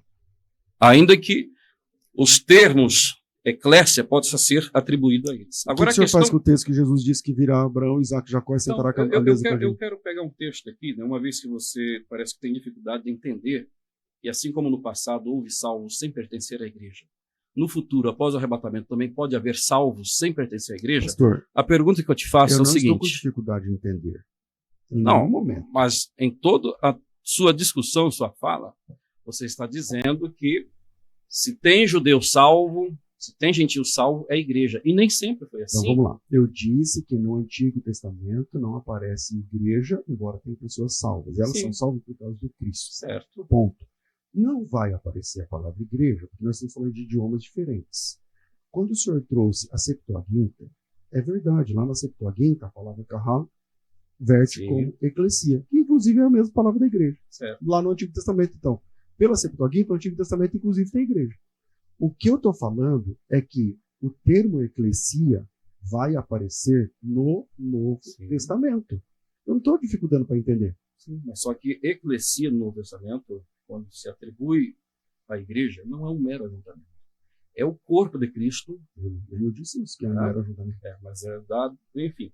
Mas vamos lá. Uma vez que você está afirmando que não haverá no futuro a possibilidade de alguém ser salvo sem que este pertença ao corpo de Cristo, à igreja, provavelmente dito, não é isso que você afirmou? É que assim, pastor, me mostra um salvo que não faz parte da igreja. Então vamos lá, no futuro. Vamos lá. Lucas capítulo 22, versículo 29 e 30. E eu vos destino o reino, como meu Pai o destinou, para que comais e bebais a minha mesa no meu reino, o reino milenar, e vos assenteis sobre tronos, julgando as 12 tribos de Israel. Olha que interessante, né? Aqui está falando do futuro, e os discípulos aqui, como representantes nesse contexto da futura igreja, se assentando em tronos e julgando as 12 tribos de Israel. Ora, se as 12 tribos de Israel, nesse contexto aqui, é a igreja, por que Cristo faz essa especificação 12 tribos de Israel? E a outra questão, durante o milênio vai ter salvos? Então vamos lá, você me mostrou esse texto, quando eu falei assim, me mostra um texto onde tem salvos sem ser parte da igreja. Aí você me mostrou esse texto. O que esse texto tem a ver? Quem são essas 12 tribos de Israel no reino milenar? Quem Aqui são esses israelitas? Reino milenar, pastor? Não, mas o contexto, isso aqui é no reino milenar. Então vamos lá. É no reino. Jesus Cristo, veja só para sintonizar as pessoas, porque assim, como o senhor disse que eu não estou entendendo, eu só pedi um texto, eu falei assim, me mostra um texto onde tem salvo que não faça parte da igreja no Novo Testamento. Aí o senhor disse o texto assim, assim como meu Pai vos confia um reino, eu vos confio, para que comais e bebais na minha mesa no meu reino. E vos assentareis em tronos para julgar as 12 tribos de Israel. Você entendeu? Você respondeu. Então, como não? Então, do que esse texto está dizendo? Que período que é? Que esse período é este? Tá dizendo o que tem a ver essas 12 tribos de Israel aqui? Esse texto está dizendo que os apóstolos julgarão as 12 tribos de Israel. Os 12 apóstolos. Certo. No texto do jovem rico, pastor, lá em Mateus, Jesus Cristo disse que aqueles 12 se assentariam em tronos para julgar as 12 tribos de Israel. É isso que está dizendo. Certo. Tem nada a ver com a sua. E quando isso ocorre, e que Israel é esse? Se não há, no futuro, uma distinção entre igreja e Israel, quem são essas 12 tribos? Quem é esse Israel? Se durante o período do reino milenar haverá salvos, e é óbvio, porque o milênio é para os salvos fiéis a Cristo no fim da grande tribulação, porque no milênio só entrarão justos, né? Seja dentre os israelitas ou gentios. Então haverá salvos. Vocês tiram que no milênio só tem justos, pastor? No milênio só entra justos, tá bom, mas não haverá apenas justos no decorrer dos anos. Não. Qual é o texto que só entra justos no milênio? Tem Mateus. Só. Vamos lá. Tá bom. Mateus capítulo de número 24. Nós temos aqui a parábola das virgens, que demonstra... É 25, então. 25, né? Que demonstra o que acontece após a segunda vinda de Cristo, ou quando Cristo retornar. Tem dois grupos. E esse período aqui, a parábola está descrevendo a grande tribulação com o desfecho do segundo advento de Cristo. Quando Cristo retorna aqui, o final da parábola nos diz que depois chegaram também as outras virgens dizendo: Senhor, abre-nos a porta. E ele respondendo disse: em verdade vos digo que vos não conheço. Então Jesus voltou no fim da tribulação. As virgens imprudentes aqui, representando os ímpios, não entram, somente as prudentes. Outro texto. Também concordamos. Mas aí o senhor então é posse, né? Hã? Então o senhor Não. é posse. Porque assim, Não. quem são as virgens, pastor? As virgens aqui não é a igreja. Tá, quem são as virgens? As virgens aqui são o povo do período tribulacional. E aqui nós temos dois grupos, ímpios e justos. É só isso que a parábola está Tá, descrevendo. então peraí. Então o povo do período tribulacional é salvo. Sem dúvida. Tá, então esse pessoal que entra é salvo. Sim. E depois não tem mais repescagem. Não, pode ser alguma. Então quem são essas virgens? Essas virgens são salvos do período tribulacional. Jesus começa o texto dizendo assim, ó, o reino dos céus Sim. é semelhante a 10 virgens que, tomando as suas lâmpadas, saem para encontrar o noivo. Esse texto, ele não diz em nenhum momento que é um período, tipo assim, de repescagem, de quem ficou. Não. Jesus, quando ele termina essa parábola, ele fala assim, em verdade, vigiai, porque vocês não sabem o dia e nem a hora. Se o arrebatamento já passou, como é que eles não sabem o dia e a hora? Eles não sabem o dia e a hora em referência ao tempo que Jesus proferiu a parábola e no período tribulacional, pelo que você está afirmando. Não, mas se Jesus já voltou, porque assim, ó, essa parábola, qualquer pessoa lendo esse texto entende que essa parábola aqui é sobre vigilância. Certo. O crente tem que estar vigilante, porque nós não sabemos a hora da volta de Cristo. O noivo é Cristo. Se o noivo já voltou, conforme o senhor está dizendo, o casamento... Não, não estou dizendo que o noivo voltou. Então vamos lá. Eu O senhor descrevendo- disse que as 10 virgens são as 5 salvas, representam as pessoas que ficaram na grande tribulação. As pessoas que serão salvas durante a grande tribulação Ficaram. e estarão aguardando a segunda vinda de E Cristo. por que ele vem como noivo ainda? Oi? Por que aparece noivo aí? Não, noivo ou esposo é a mesma ideia. Então, vamos lá, pastor. Se o termo traz o texto- sentido de esposo. O texto E na não... nossa perspectiva pré-tribulacional, nós não temos nenhum problema com isso, porque o esposo já vem com a esposa. Então, Só que esse texto não está tratando sobre isso. O que esse texto está dizendo é o seguinte, que durante a grande tribulação haverá esses dois grupos de pessoas. o texto não fala de grande E tribulação, quando- pastor, com todo Mas em respeito. contexto de Mateus Jesus 24, Cristo, Jesus 25. Cristo, O que Jesus está Jesus tratando Cristo em Mateus diz assim, ó, 24 e 25? Jesus Cristo diz assim, ó, o reino dos céus é semelhante a 10 virgens que, tomando suas lâmpadas, saíram para encontrar o noivo. 5 eram loucas, 5 eram prudentes. As loucas não tinham azeite, as prudentes tinham azeite. E tardando o noivo, eles ficaram com sono. Meia-noite ouviu-se o clamor, eis aí o noivo, saiu ao seu encontro. Se o noivo volta, como que essa noiva vai ao encontro dele? Se o encontro já aconteceu? Não, mas aqui não Como é que a noiva não? aqui Como tem que, noiva. como que as virgens vão ao encontro dele se o encontro já aconteceu? E aí, na sequência, Jesus termina falando o seguinte, ó, vigiem, porque vocês não sabem o dia e nem a hora. Há uma cadência no discurso escatológico de Jesus sobre o dia e a hora, pastor. Sim. Sempre quando Jesus fala sobre o dia e a hora, ele está falando da sua vida. Não, mas o texto está descrevendo a sua segunda vinda no fim da grande tribulação. Esse momento aqui da vinda, você não entende que o que antecede essa vinda é o período tribulacional? Sim. Só que é que assim, como Então- para mim só tem uma vinda, é aqui que ele vai voltar como noivo. Tá, mas aqui não tem arrebatamento. Aqui é Jesus voltando no fim da tribulação e os salvos do Aqui- período Aqui tribulacional. tem tribulação? Não. Então é uma Viu? questão que o senhor está Mateus enxergando, entendeu? 24 e 25 está tratando sobre o quê? Qual que é o assunto de Mateus 24 e A 25? volta de Jesus. A grande tribulação que antecede a segunda vinda para o estabelecimento do reino. E para responder precisamente na pergunta que você me fez, Do milênio. Até milênio, porque, se ó, somente- mediano, só um minutinho. Falta pouco tempo. Ficou 2 perguntas pendentes, aí foi para outros assuntos. O senhor vai responder quem são as 12 tribos que são julgadas pelos 12 apóstolos, e você tem que responder o texto do Salmo do Milênio. Começa vamos lá. contigo e depois com o pastor César. Então vamos lá. Então aqui nós temos o desfecho final da grande tribulação, que é o assunto tratado em Mateus 24.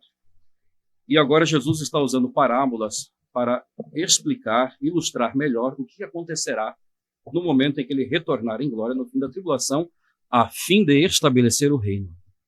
Aqui, esse texto vai dizer que quem entra para o reino são as virgens prudentes. Então, quando Jesus voltar no fim da tribulação, não haverá repescagem. Não haverá possibilidade de alguém se converter depois da segunda vinda, para que aí então possa entrar no milênio. Isso também funciona para a parábola dos talentos? Oi? Isso que você está falando também funciona para a parábola dos talentos? Para a parábola dos talentos e para o texto que descreve o julgamento das nações. Então, a parábola dos talentos, ele vai dar talentos para quem ficou na grande tribulação? Sim, as pessoas não vão se converter durante a grande tribulação. A pergunta é, o reino do céu é semelhante a um homem que, ausentando-se do seu país, chamou os seus servos e confiou os seus bens. O senhor diz que isso aqui também é depois da grande tribulação, pastor? Exatamente. No período todas essas parábolas descrevem o momento que antecede a segunda vinda de Cristo para estabelecer o reino milenário. E para concluir a minha fala aqui, o versículo 31 do capítulo 25 diz: e quando o Filho do Homem vier, ou seja, é a vinda de Cristo, no fim da tribulação, em sua glória, e todos os santos anjos com ele, então se assentará no trono da sua glória. E todas as nações serão reunidas diante dele, e apartará uns dos outros, como o pastor separa os bodes das ovelhas. Enfim, separação de bodes e ovelhas. Aqui, quem é que entra no milênio? É bode ou é ovelha? Quem é que entra no reino? Que acontece assim, no momento da vinda, este julgamento. A pergunta que ficou, então, primeiro, para o pessoal que está acompanhando aí, esse bate-papo, ele está dizendo que Mateus 25 é um texto para depois do arrebatamento. Só que não é isso que o texto diz. Lá em Mateus 25, tanto as 10 virgens quanto os talentos, os servos de Deus estão ali. As virgens prudentes estão ali. Então, ali não é um texto para depois do arrebatamento. Tá certo? É um texto para o alerta sobre a vigilância, para que quando ele voltar, a pessoa não seja pego desprevenido, nos dois textos. Sobre o texto do milênio, pastor? Essa é a questão. Quem entra no milênio? Bom, no momento da segunda vinda. Salvos e ímpios, na Bíblia. Salvos e ímpios entram no milênio. Os ímpios... Aqui Jesus deixou claro. Só as virgens prudentes entram, depois fecha a porta, não tem espaço para as imprudentes. Por alguma razão, somente as ovelhas entram, os bodes não entram. Por alguma razão, o senhor está entendendo que Mateus 25, a parábola das 10 virgens, é para depois do arrebatamento, mas a Bíblia não diz. Mas então, Mateus 24 e 25 não trata sobre o arrebatamento, seja pré ou pós-tribulacional. Então vamos lá. Em Zacarias capítulo 14, diz assim, ó: vem o dia do Senhor, no qual os teus bens serão repartidos no meio de ti, ajuntarei as nações. Tal. Naquele dia estarão ajuntarei as nações para a peleja contra Jerusalém. Esse ajuntarei as nações para a peleja contra Jerusalém, obviamente está falando aqui do Armagedon. Isso, aqui concordamos. A cidade será tomada de casas saqueadas, o restante do povo não será expulso da cidade. Então o Senhor pelejará contra essas nações que pelejou no dia da batalha. Zacarias 14, 3. O Senhor vai pelejar contra as nações como pelejou na batalha. Naquele dia estarão seus pés no Monte das Oliveiras, o monte se fenderá no meio, vai ter um rio, né? Metade do monte tal. Fugireis para o vale dos meus montes, porque o vale dos montes chegará a Zel tal. Então virá o Senhor, o meu Deus, e todos os santos com ele. Naquele dia não haverá luz, nem frio, nem geada, será um dia singular. Naquele dia também correrão para Jerusalém águas vivas e tal. E o texto, no versículo 16, diz assim, ó: então todos os que restarem dessas nações, que vieram contra Jerusalém, subirão anualmente para adorar o Rei, o Senhor dos Exércitos, e celebrar a festa dos tabernáculos. A festa dos tabernáculos é o aniversário de Jesus, é o dia que Jesus nasceu. Todas essas nações de ímpios que irão pelejar contra Cristo, diz o texto, Jesus vai vencer o exército do anticristo lá na batalha de Armagedon, mas sobrarão essas nações. Certo. E essas nações irão anualmente adorar o rei. Se alguma das famílias da terra não subir a Jerusalém para adorar o rei, não choverá sobre ela.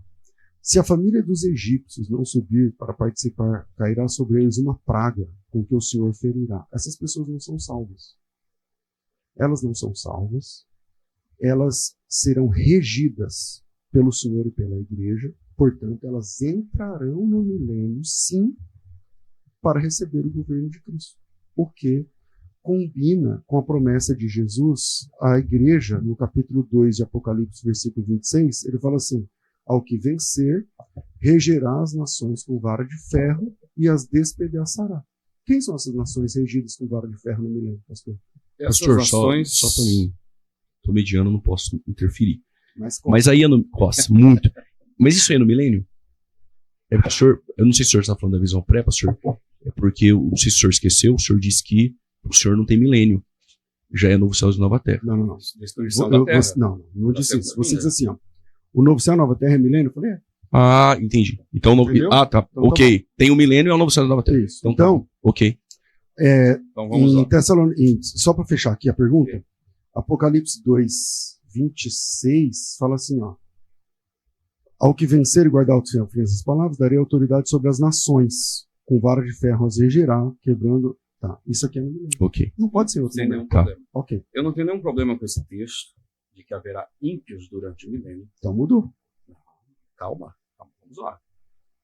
Zacarias 14 realmente descreve povos rejeitando adorar Cristo durante o milênio e por dedução, Tendo que adorar. não, o texto não diz que eles serão obrigados a adorar. Diz que virá um Praga castigo sobre eles, se não adorar. Exatamente.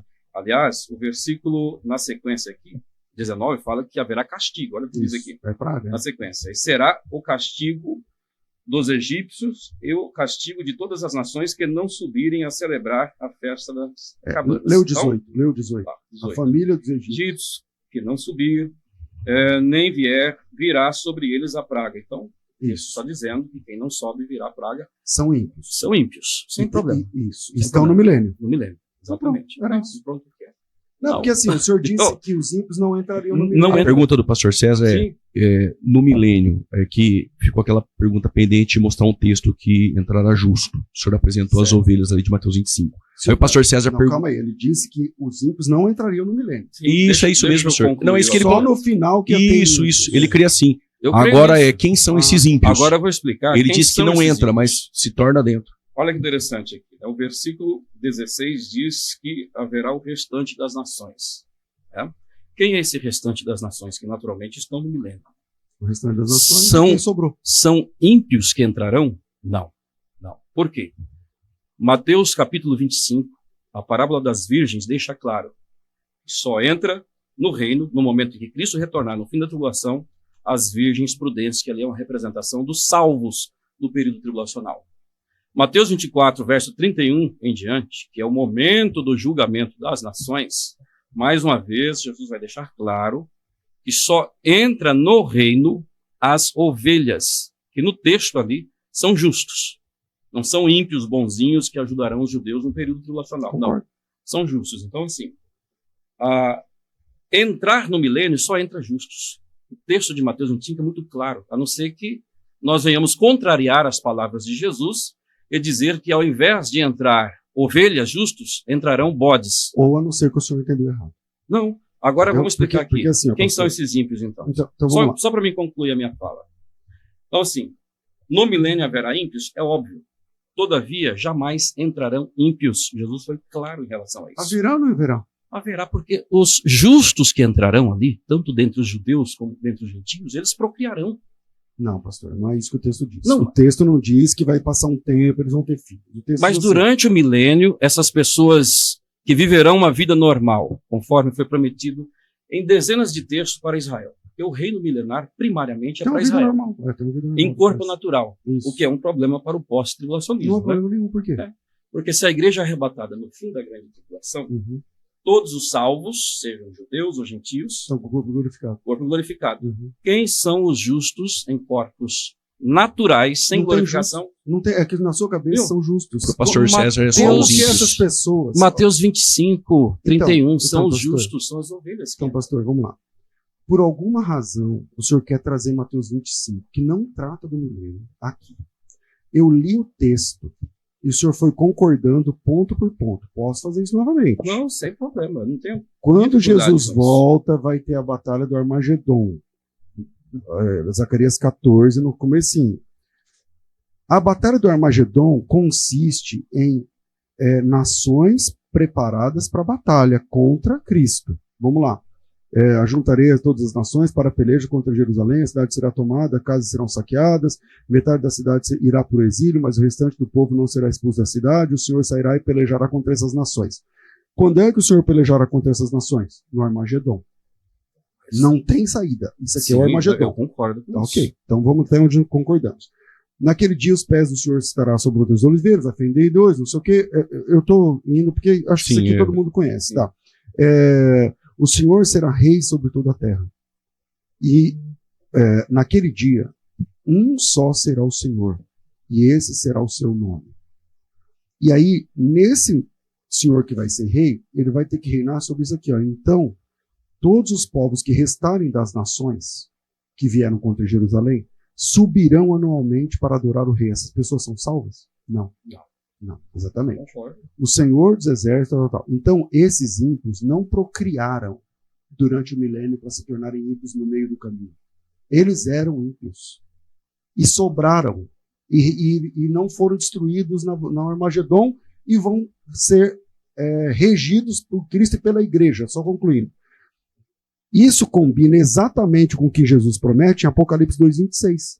O que vencer regerá as nações com vara de ferro e as despedaçará. Na verdade, esse texto de de Apocalipse, capítulo 2, versículo 27, é um texto do Salmo 2. E o Salmo 2 diz assim, ó, por que conspiram as nações e os povos tramam coisas vãs? Os reis da terra se levantam, os governos se reúnem contra o Senhor e contra o seu ungido, dizendo, rompamos as cadeias, aquele que é entronizado nos céus, tal. Tem aqui as nações se levantando. Isso é o Salmo 2. Versículo 7, proclamei meu decreto, diz ele, tu és meu filho, hoje te gerei. Aí que está o pai falando do filho. Pede-me e eu te darei as nações por herança, os confins da terra por tua propriedade, e tu os regerás com vara de ferro. Tu os despedaçarás como um vaso do oleiro. Então, aqui, pastor, não são somente salvos que entram no milênio. São ímpios, nações ímpias, que serão regidas pelo Senhor e por sua igreja. Qual a confusão que o pré-tribulacionista faz, na minha opinião? É que eles entendem que se esses ímpios entram no milênio, então eles meio que são salvos. Não são. Eles têm que ir adorar o Senhor, senão não chove sobre eles. Na panela vai estar escrito santidade ao Senhor. No aniversário de Jesus, eles têm que ir lá cultuar a Jesus. Senão a praga vem sobre eles. Está tudo aqui no texto de Zacarias, capítulo 14. Aonde eles não entram? Eles não entram na Nova Jerusalém. Eles não entram na Nova Jerusalém. Eles estão no milênio. Eles vão viver no milênio sendo regidos por Cristo e por sua igreja, mas eles não entram na Nova Jerusalém. O que acontece lá em Apocalipse capítulo 20? Logo depois do milênio, Satanás será solto para enganar as nações. Que nações? Esses ímpios. Para enganar as nações. E aí, vamos lá. Sairá para enganar as nações, dos quatro cantos, Gog e Magog, cujo número subirão para a largura da terra e cercarão a cidade santa, a cidade querida. Eles não podem entrar lá dentro. Então essa ideia de que só os salvos ficarão no milênio é uma furada. Não. Durante o milênio, esses textos demonstram ímpios, claramente. Nós não temos nenhum problema com isso. É que agora há pouco o senhor disse que ímpios não entram no milênio, não foi? Sim. Entrar, não. Só entra. O que Jesus disse? Quem que entra quando ele chega? São as virgens imprudentes ou as prudentes? É bode ou ovelha? No reino de Deus, na Nova Jerusalém, só salvos. Tá, mas aqui então é a Nova Jerusalém? Mateus 25? Já? Então, pastor, o senhor confunde. Não, a Nova Jerusalém, que é o acampamento dos salvos, que vai descer do céu para reger as nações com vara de ferro, o senhor confunde isso com o milênio. O milênio, a terra vai passar pelo milênio, vai ter ímpios que vai ter que vir até a beira da Nova Jerusalém adorar Jesus. Só que eles não entram na Nova Jerusalém. É o que o texto diz. No final do milênio, eles cercarão a Nova Jerusalém, a cidade querida. Vamos lá. Capítulo 20, versículo de número 8. Sairá para enganar as nações, Satanás, né? Dos 400, Gog, Magog, cujo número como a areia do mar, a fim de ajuntá-las para a batalha. Subiram sobre a largura da terra, cercaram o arraial dos santos, cercaram a cidade querida, pastor. Então, eles estão no milênio, vivendo no milênio, regidos com vara de ferro por Cristo e pela igreja, porém eles não têm acesso à cidade querida. Eles não têm acesso a onde Jesus, lá na Nova Jerusalém. Por que a cidade de Nova Jerusalém tem muro? Por causa dos ímpios do milênio. Você está pegando o texto que, na verdade, descreve o milênio e já E lembra. fazendo uma mescla com o estado eterno, enfim. Mas a questão, César, é o seguinte... Espera aí, eu fiz isso, Juliano? Eu peguei um texto Você do milênio, pode não ter... mesclei com Não, com a eternidade? A Nova Jerusalém, já durante o milênio, né? Então, assim, a Nova Jerusalém, Novo Céu, Nova Terra, é capítulo 21. É depois do milênio. Isso daí, na verdade, está parecendo assim um híbrido de pré-milenismo histórico com amilenismo. Pastor, né? o senhor disse que os ímpios não entram no milênio. E eu provo. Mas tem ímpio no milênio o tempo todo. Sim, porque sendo regidos com vara de ferro. esses ímpios são aqueles que nascerão dos justos que entrarão. Então, assim, no milênio haverá ímpio, eu concordo com todos esses textos aí. É óbvio, os textos estão demonstrando ímpios durante o milênio. Entretanto, eu tenho textos que lidam com a segunda vinda, como Mateus 24 e 25, e Jesus deixou claro. Quem entram são as virgens prudentes. Jesus Cristo disse que quem entra são os bodes ou as ovelhas. Quem que entra no reino? Quando ele vier em sua glória no fim da grande tribulação para estabelecer o milênio. E eles vão reger quem? Eles quem? Esses que entram no milênio vão reger quem com vara de ferro? A igreja vai reger com vara de ferro os filhos dessas ovelhas que nascerão durante o período tribulacional. E as despedaçará. Sim, sem nenhum problema. Essa é a nossa perspectiva, ou seja, durante Então, o mas eu não milênio... estou mostrando aqui, pastor, com um texto fresquinho aqui do texto de Malaquias, onde as nações já entram. Não, ali não demonstra elas entrando. Demonstram esse povo no milênio. O Tá aí o texto texto de que Malaquias. trata, o texto que trata com eles entrando é Mateus 24 e 25. E Mas- Jesus deixou claro: Mas as ímpio não entra. Tá. Quem entra são os justos. Só que essas nações de Malaquias 14. Zacarias Oh, 14. Faz parte. Acontece. Essas nações de Zacarias 14, essas nações, elas são ímpias. O restante das nações. Deixa eu explicar rapidinho essa questão. Para a batalha do Armagedon, nós sabemos que somente Sim. o exército vai. Sim. Os civis não vão. Hum. E dentre esses civis, esse restante das nações que o texto descreve São ali, ímpios. não são ímpios, Ah, são não? as ovelhas. Por quê? Haverá dois grupos. Julgamento das nações. É Mateus 25, Bodes e 31. ovelhas. E Jesus definiu claramente que quem entra no reino são ovelhas, não são os bodes. Então, Zacarias 14 está descrevendo o quê? Que o restante das nações que estarão lá e se negarão a adorar Cristo, não é que eles entraram nessa condição de ímpios. São povos descendentes dessas nações, dessa gente, que quando entraram eram justos, eram ovelhas, mas no decorrer dos anos, no período milenar, eles procriarão. E nem todos os que nascerão no período do reino milenar se converterão a Cristo. Por isso que nós temos ímpios durante o reino milenar. Vamos lá. Zacarias 14, 12 diz assim, ó. Esta é a praga com que o Senhor ferirá os povos que guerrearem contra Jerusalém. A sua carne será consumida, estando de pé, apodrecerão na língua e na boca, tal. Naquele dia também haverá da parte do Senhor uma grande confusão entre eles, cada um agarrará a mão do próximo e tal. Também Judá pelejará em Jerusalém, se ajuntarão as riquezas de todas as nações circunvizinhas, ouro, prata e tal.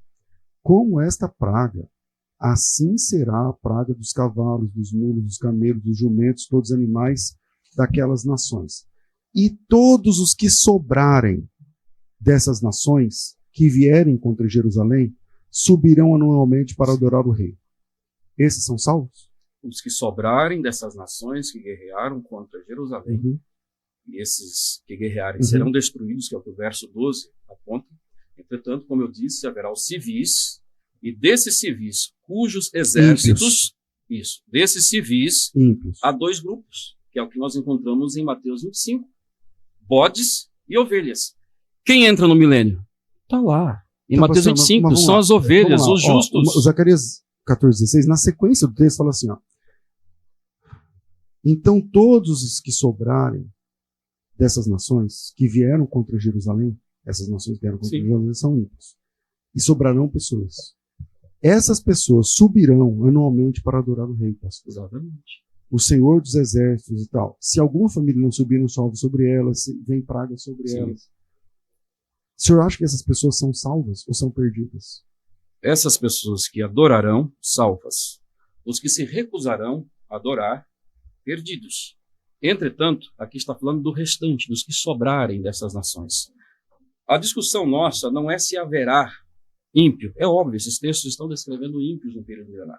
A questão é se eles entraram na condição de ímpio ou se são ímpios porque nasceram durante o período e não se Aqui no converterem. texto entraram na condição Não, de ímpios. o texto que aponta a entrada é Mateus 25. Nós falamos agora, disse- então, de Malaquias 3:10. Não, E Jesus disse que quem aqui- entra são aqui- ovelhas, não são bodes. Então, pastor, essa é a sua teologia, mas o texto diz que daquelas nações que guerrearam, sobraram essas Sim. pessoas. Essas pessoas são ímpias. Sobraram. E elas são obrigadas a subir até próximo do acampamento não tem dos adoração santos. por obrigação. Então, A aqui ideia no... não é essa. Então tá bom. Se eles não adorarem, não chove sobre eles. É o quê, então? Ímpios. Com certeza. Tá. Alguém se negar a adorar Cristo durante o milênio é ímpio. Então, Agora, a vai ter que questão adorar, senão não chove sobre ele, né? Zacarias é o texto 14. aqui, né? Se alguma família da terra subir a Jerusalém, se alguma das famílias da terra não subir para Jerusalém para adorar, a chuva não virá sobre ela. Se a família dos egípcios não subir para adorar, cairá sobre eles pragas. Então eu sei que é bonito. Mas aí adorar. Mas é o que a Bíblia está dizendo. Jesus tratou sobre o momento que ele vem e separa quem entra e quem não entra. Jesus Cristo disse que quem entra são bodes ou ovelhas. É que assim, pastor, o texto de Mateus 25 é mais um texto que fala sobre a separação de salvos e ímpios. Conforme lá na Sim. parábola de Mateus 13, que eu citei, de bons e maus, Exatamente. como as 10 virgens. Todas as parábolas de Mateus 13 tratam Fala sobre de dois isso e elas povos, salvo apresentam a perdido. verdade. Os Só que ímpios são separados. É que o senhor quer colocar isso lá no milênio, e o texto não diz. Não, mas Mateus 25 descreve a vinda de Cristo para o estabelecimento Pastores. do milênio. Certo? Infelicidade, acabou o horário, precisamos terminar. Estamos chegando ao fim do programa Fora da Caixa. Considerações finais. Pastor César, muito obrigado, viu, pelo privilégio, poder tê-lo aqui. O senhor sempre foi uma bênção para a minha vida. Que Deus abençoe. Muito obrigado. Suas palavras finais, está contigo. Obrigado, Juliano. Deus abençoe. Obrigado, pastor Ivan. Deus abençoe. Eu entendo que na Bíblia a volta de Jesus é uma só. Jesus vai voltar uma única vez para arrebatar a igreja e também para julgar os ímpios, para a batalha do Armagedon, enfim. E depois dessa volta de Jesus vai instituir o milênio, e a igreja no milênio vai reinar sobre os ímpios durante 1000 anos. Ímpios que, conforme está mostrado aqui no texto, são dessas nações que sobrarão lá da batalha do Armagedon. Tem muitos outros textos que provam isso, muitos mesmo. E essas pessoas se organizarão no fim do milênio, incitados por Satanás para invadir a Nova Jerusalém, não vão conseguir. E aí depois tem a eternidade nos céus. Mas durante esse período do milênio, a igreja vai reinar, inclusive, sobre essas nações regendo com vara de ferro. Deus abençoe. Vale a pena estudar Mateus 24, 1 Tessalonicenses 4, 2 Tessalonicenses capítulo 1, capítulo 2, Marcos 13, Lucas 21, Apocalipse, especialmente Daniel. A gente nem tratou de Daniel, né? Vale a pena aqui voltar um dia para falar só sobre Daniel 7, Apocalipse 13 e tal. Deus abençoe. Espero vocês lá no curso de hebraico, que eu anunciei aí no programa. Vai ser uma bênção poder ler a Bíblia na língua original. Acho que faz toda a diferença e vai ser um privilégio para mim poder capacitar você na língua original do Antigo Testamento. Deus abençoe vocês. Glória a Deus. Obrigado, pastor. Pastor Ivan. Bom, na minha fala final, quero deixar apenas um texto aqui em relação ao tema do nosso debate, né, que a igreja não está destinada à ira, não tem relações com a grande tribulação. Tessalonicenses capítulo 4 apresenta o arrebatamento da igreja, um evento iminente, sem sinais antecedentes, naturalmente. No capítulo 5 nós temos o dia do Senhor, que na descrição de Paulo, esse dia do Senhor não é o arrebatamento. Ele vai dizer aqui, o dia do Senhor virá como um ladrão de noite, pois quando disserem a paz e segurança, haverá o arrebatamento? Não. dias, virá repentina destruição. E a partir desse momento, Paulo define o dia do Senhor como um período de destruição, que é a grande tribulação. Ele vai dizer que nós não somos da noite ou das trevas. Ele vai começar a trazer aqui detalhes sobre o que é esse dia do Senhor, o que é esta grande tribulação. E é muito interessante, né, quando Paulo vai dizer que nós somos do dia, nós não somos da noite nem das trevas, porque quando nós vamos estudar o dia do Senhor no Antigo Testamento, em Joel capítulo 2, Sofonias capítulo 1, uma das características do dia do Senhor, que é um dos outros termos para a grande tribulação, é que será um período de densas trevas, de trevas. E é isso que nós encontramos aqui na descrição desse texto por Paulo. E Paulo vai concluir esse período do dia do Senhor, que é a grande tribulação, o dia do Senhor, o período de trevas, no versículo de número 9, dizendo: porque Deus não nos destinou para a ira, mas para a aquisição da salvação em Cristo Jesus. E conforme nós já destacamos nesse debate, a ira não diz respeito apenas a um período, conforme Apocalipse capítulo 15, versículo 1, mas sim a todo o período tribulacional. Bom, nós poderíamos falar muito mais coisas, mas eu quero dizer que foi um prazer, uma satisfação debater com César, né? Esse gigante dos debates, né? E espero que tenhamos mais oportunidades de debater as Escrituras Sagradas nesses temas polêmicos. Deus abençoe. Chegamos ao final do programa Fora da Caixa, ficamos por aqui. Hebraico fácil, faça, e com certeza suas pregações não serão mais as mesmas. Um abraço.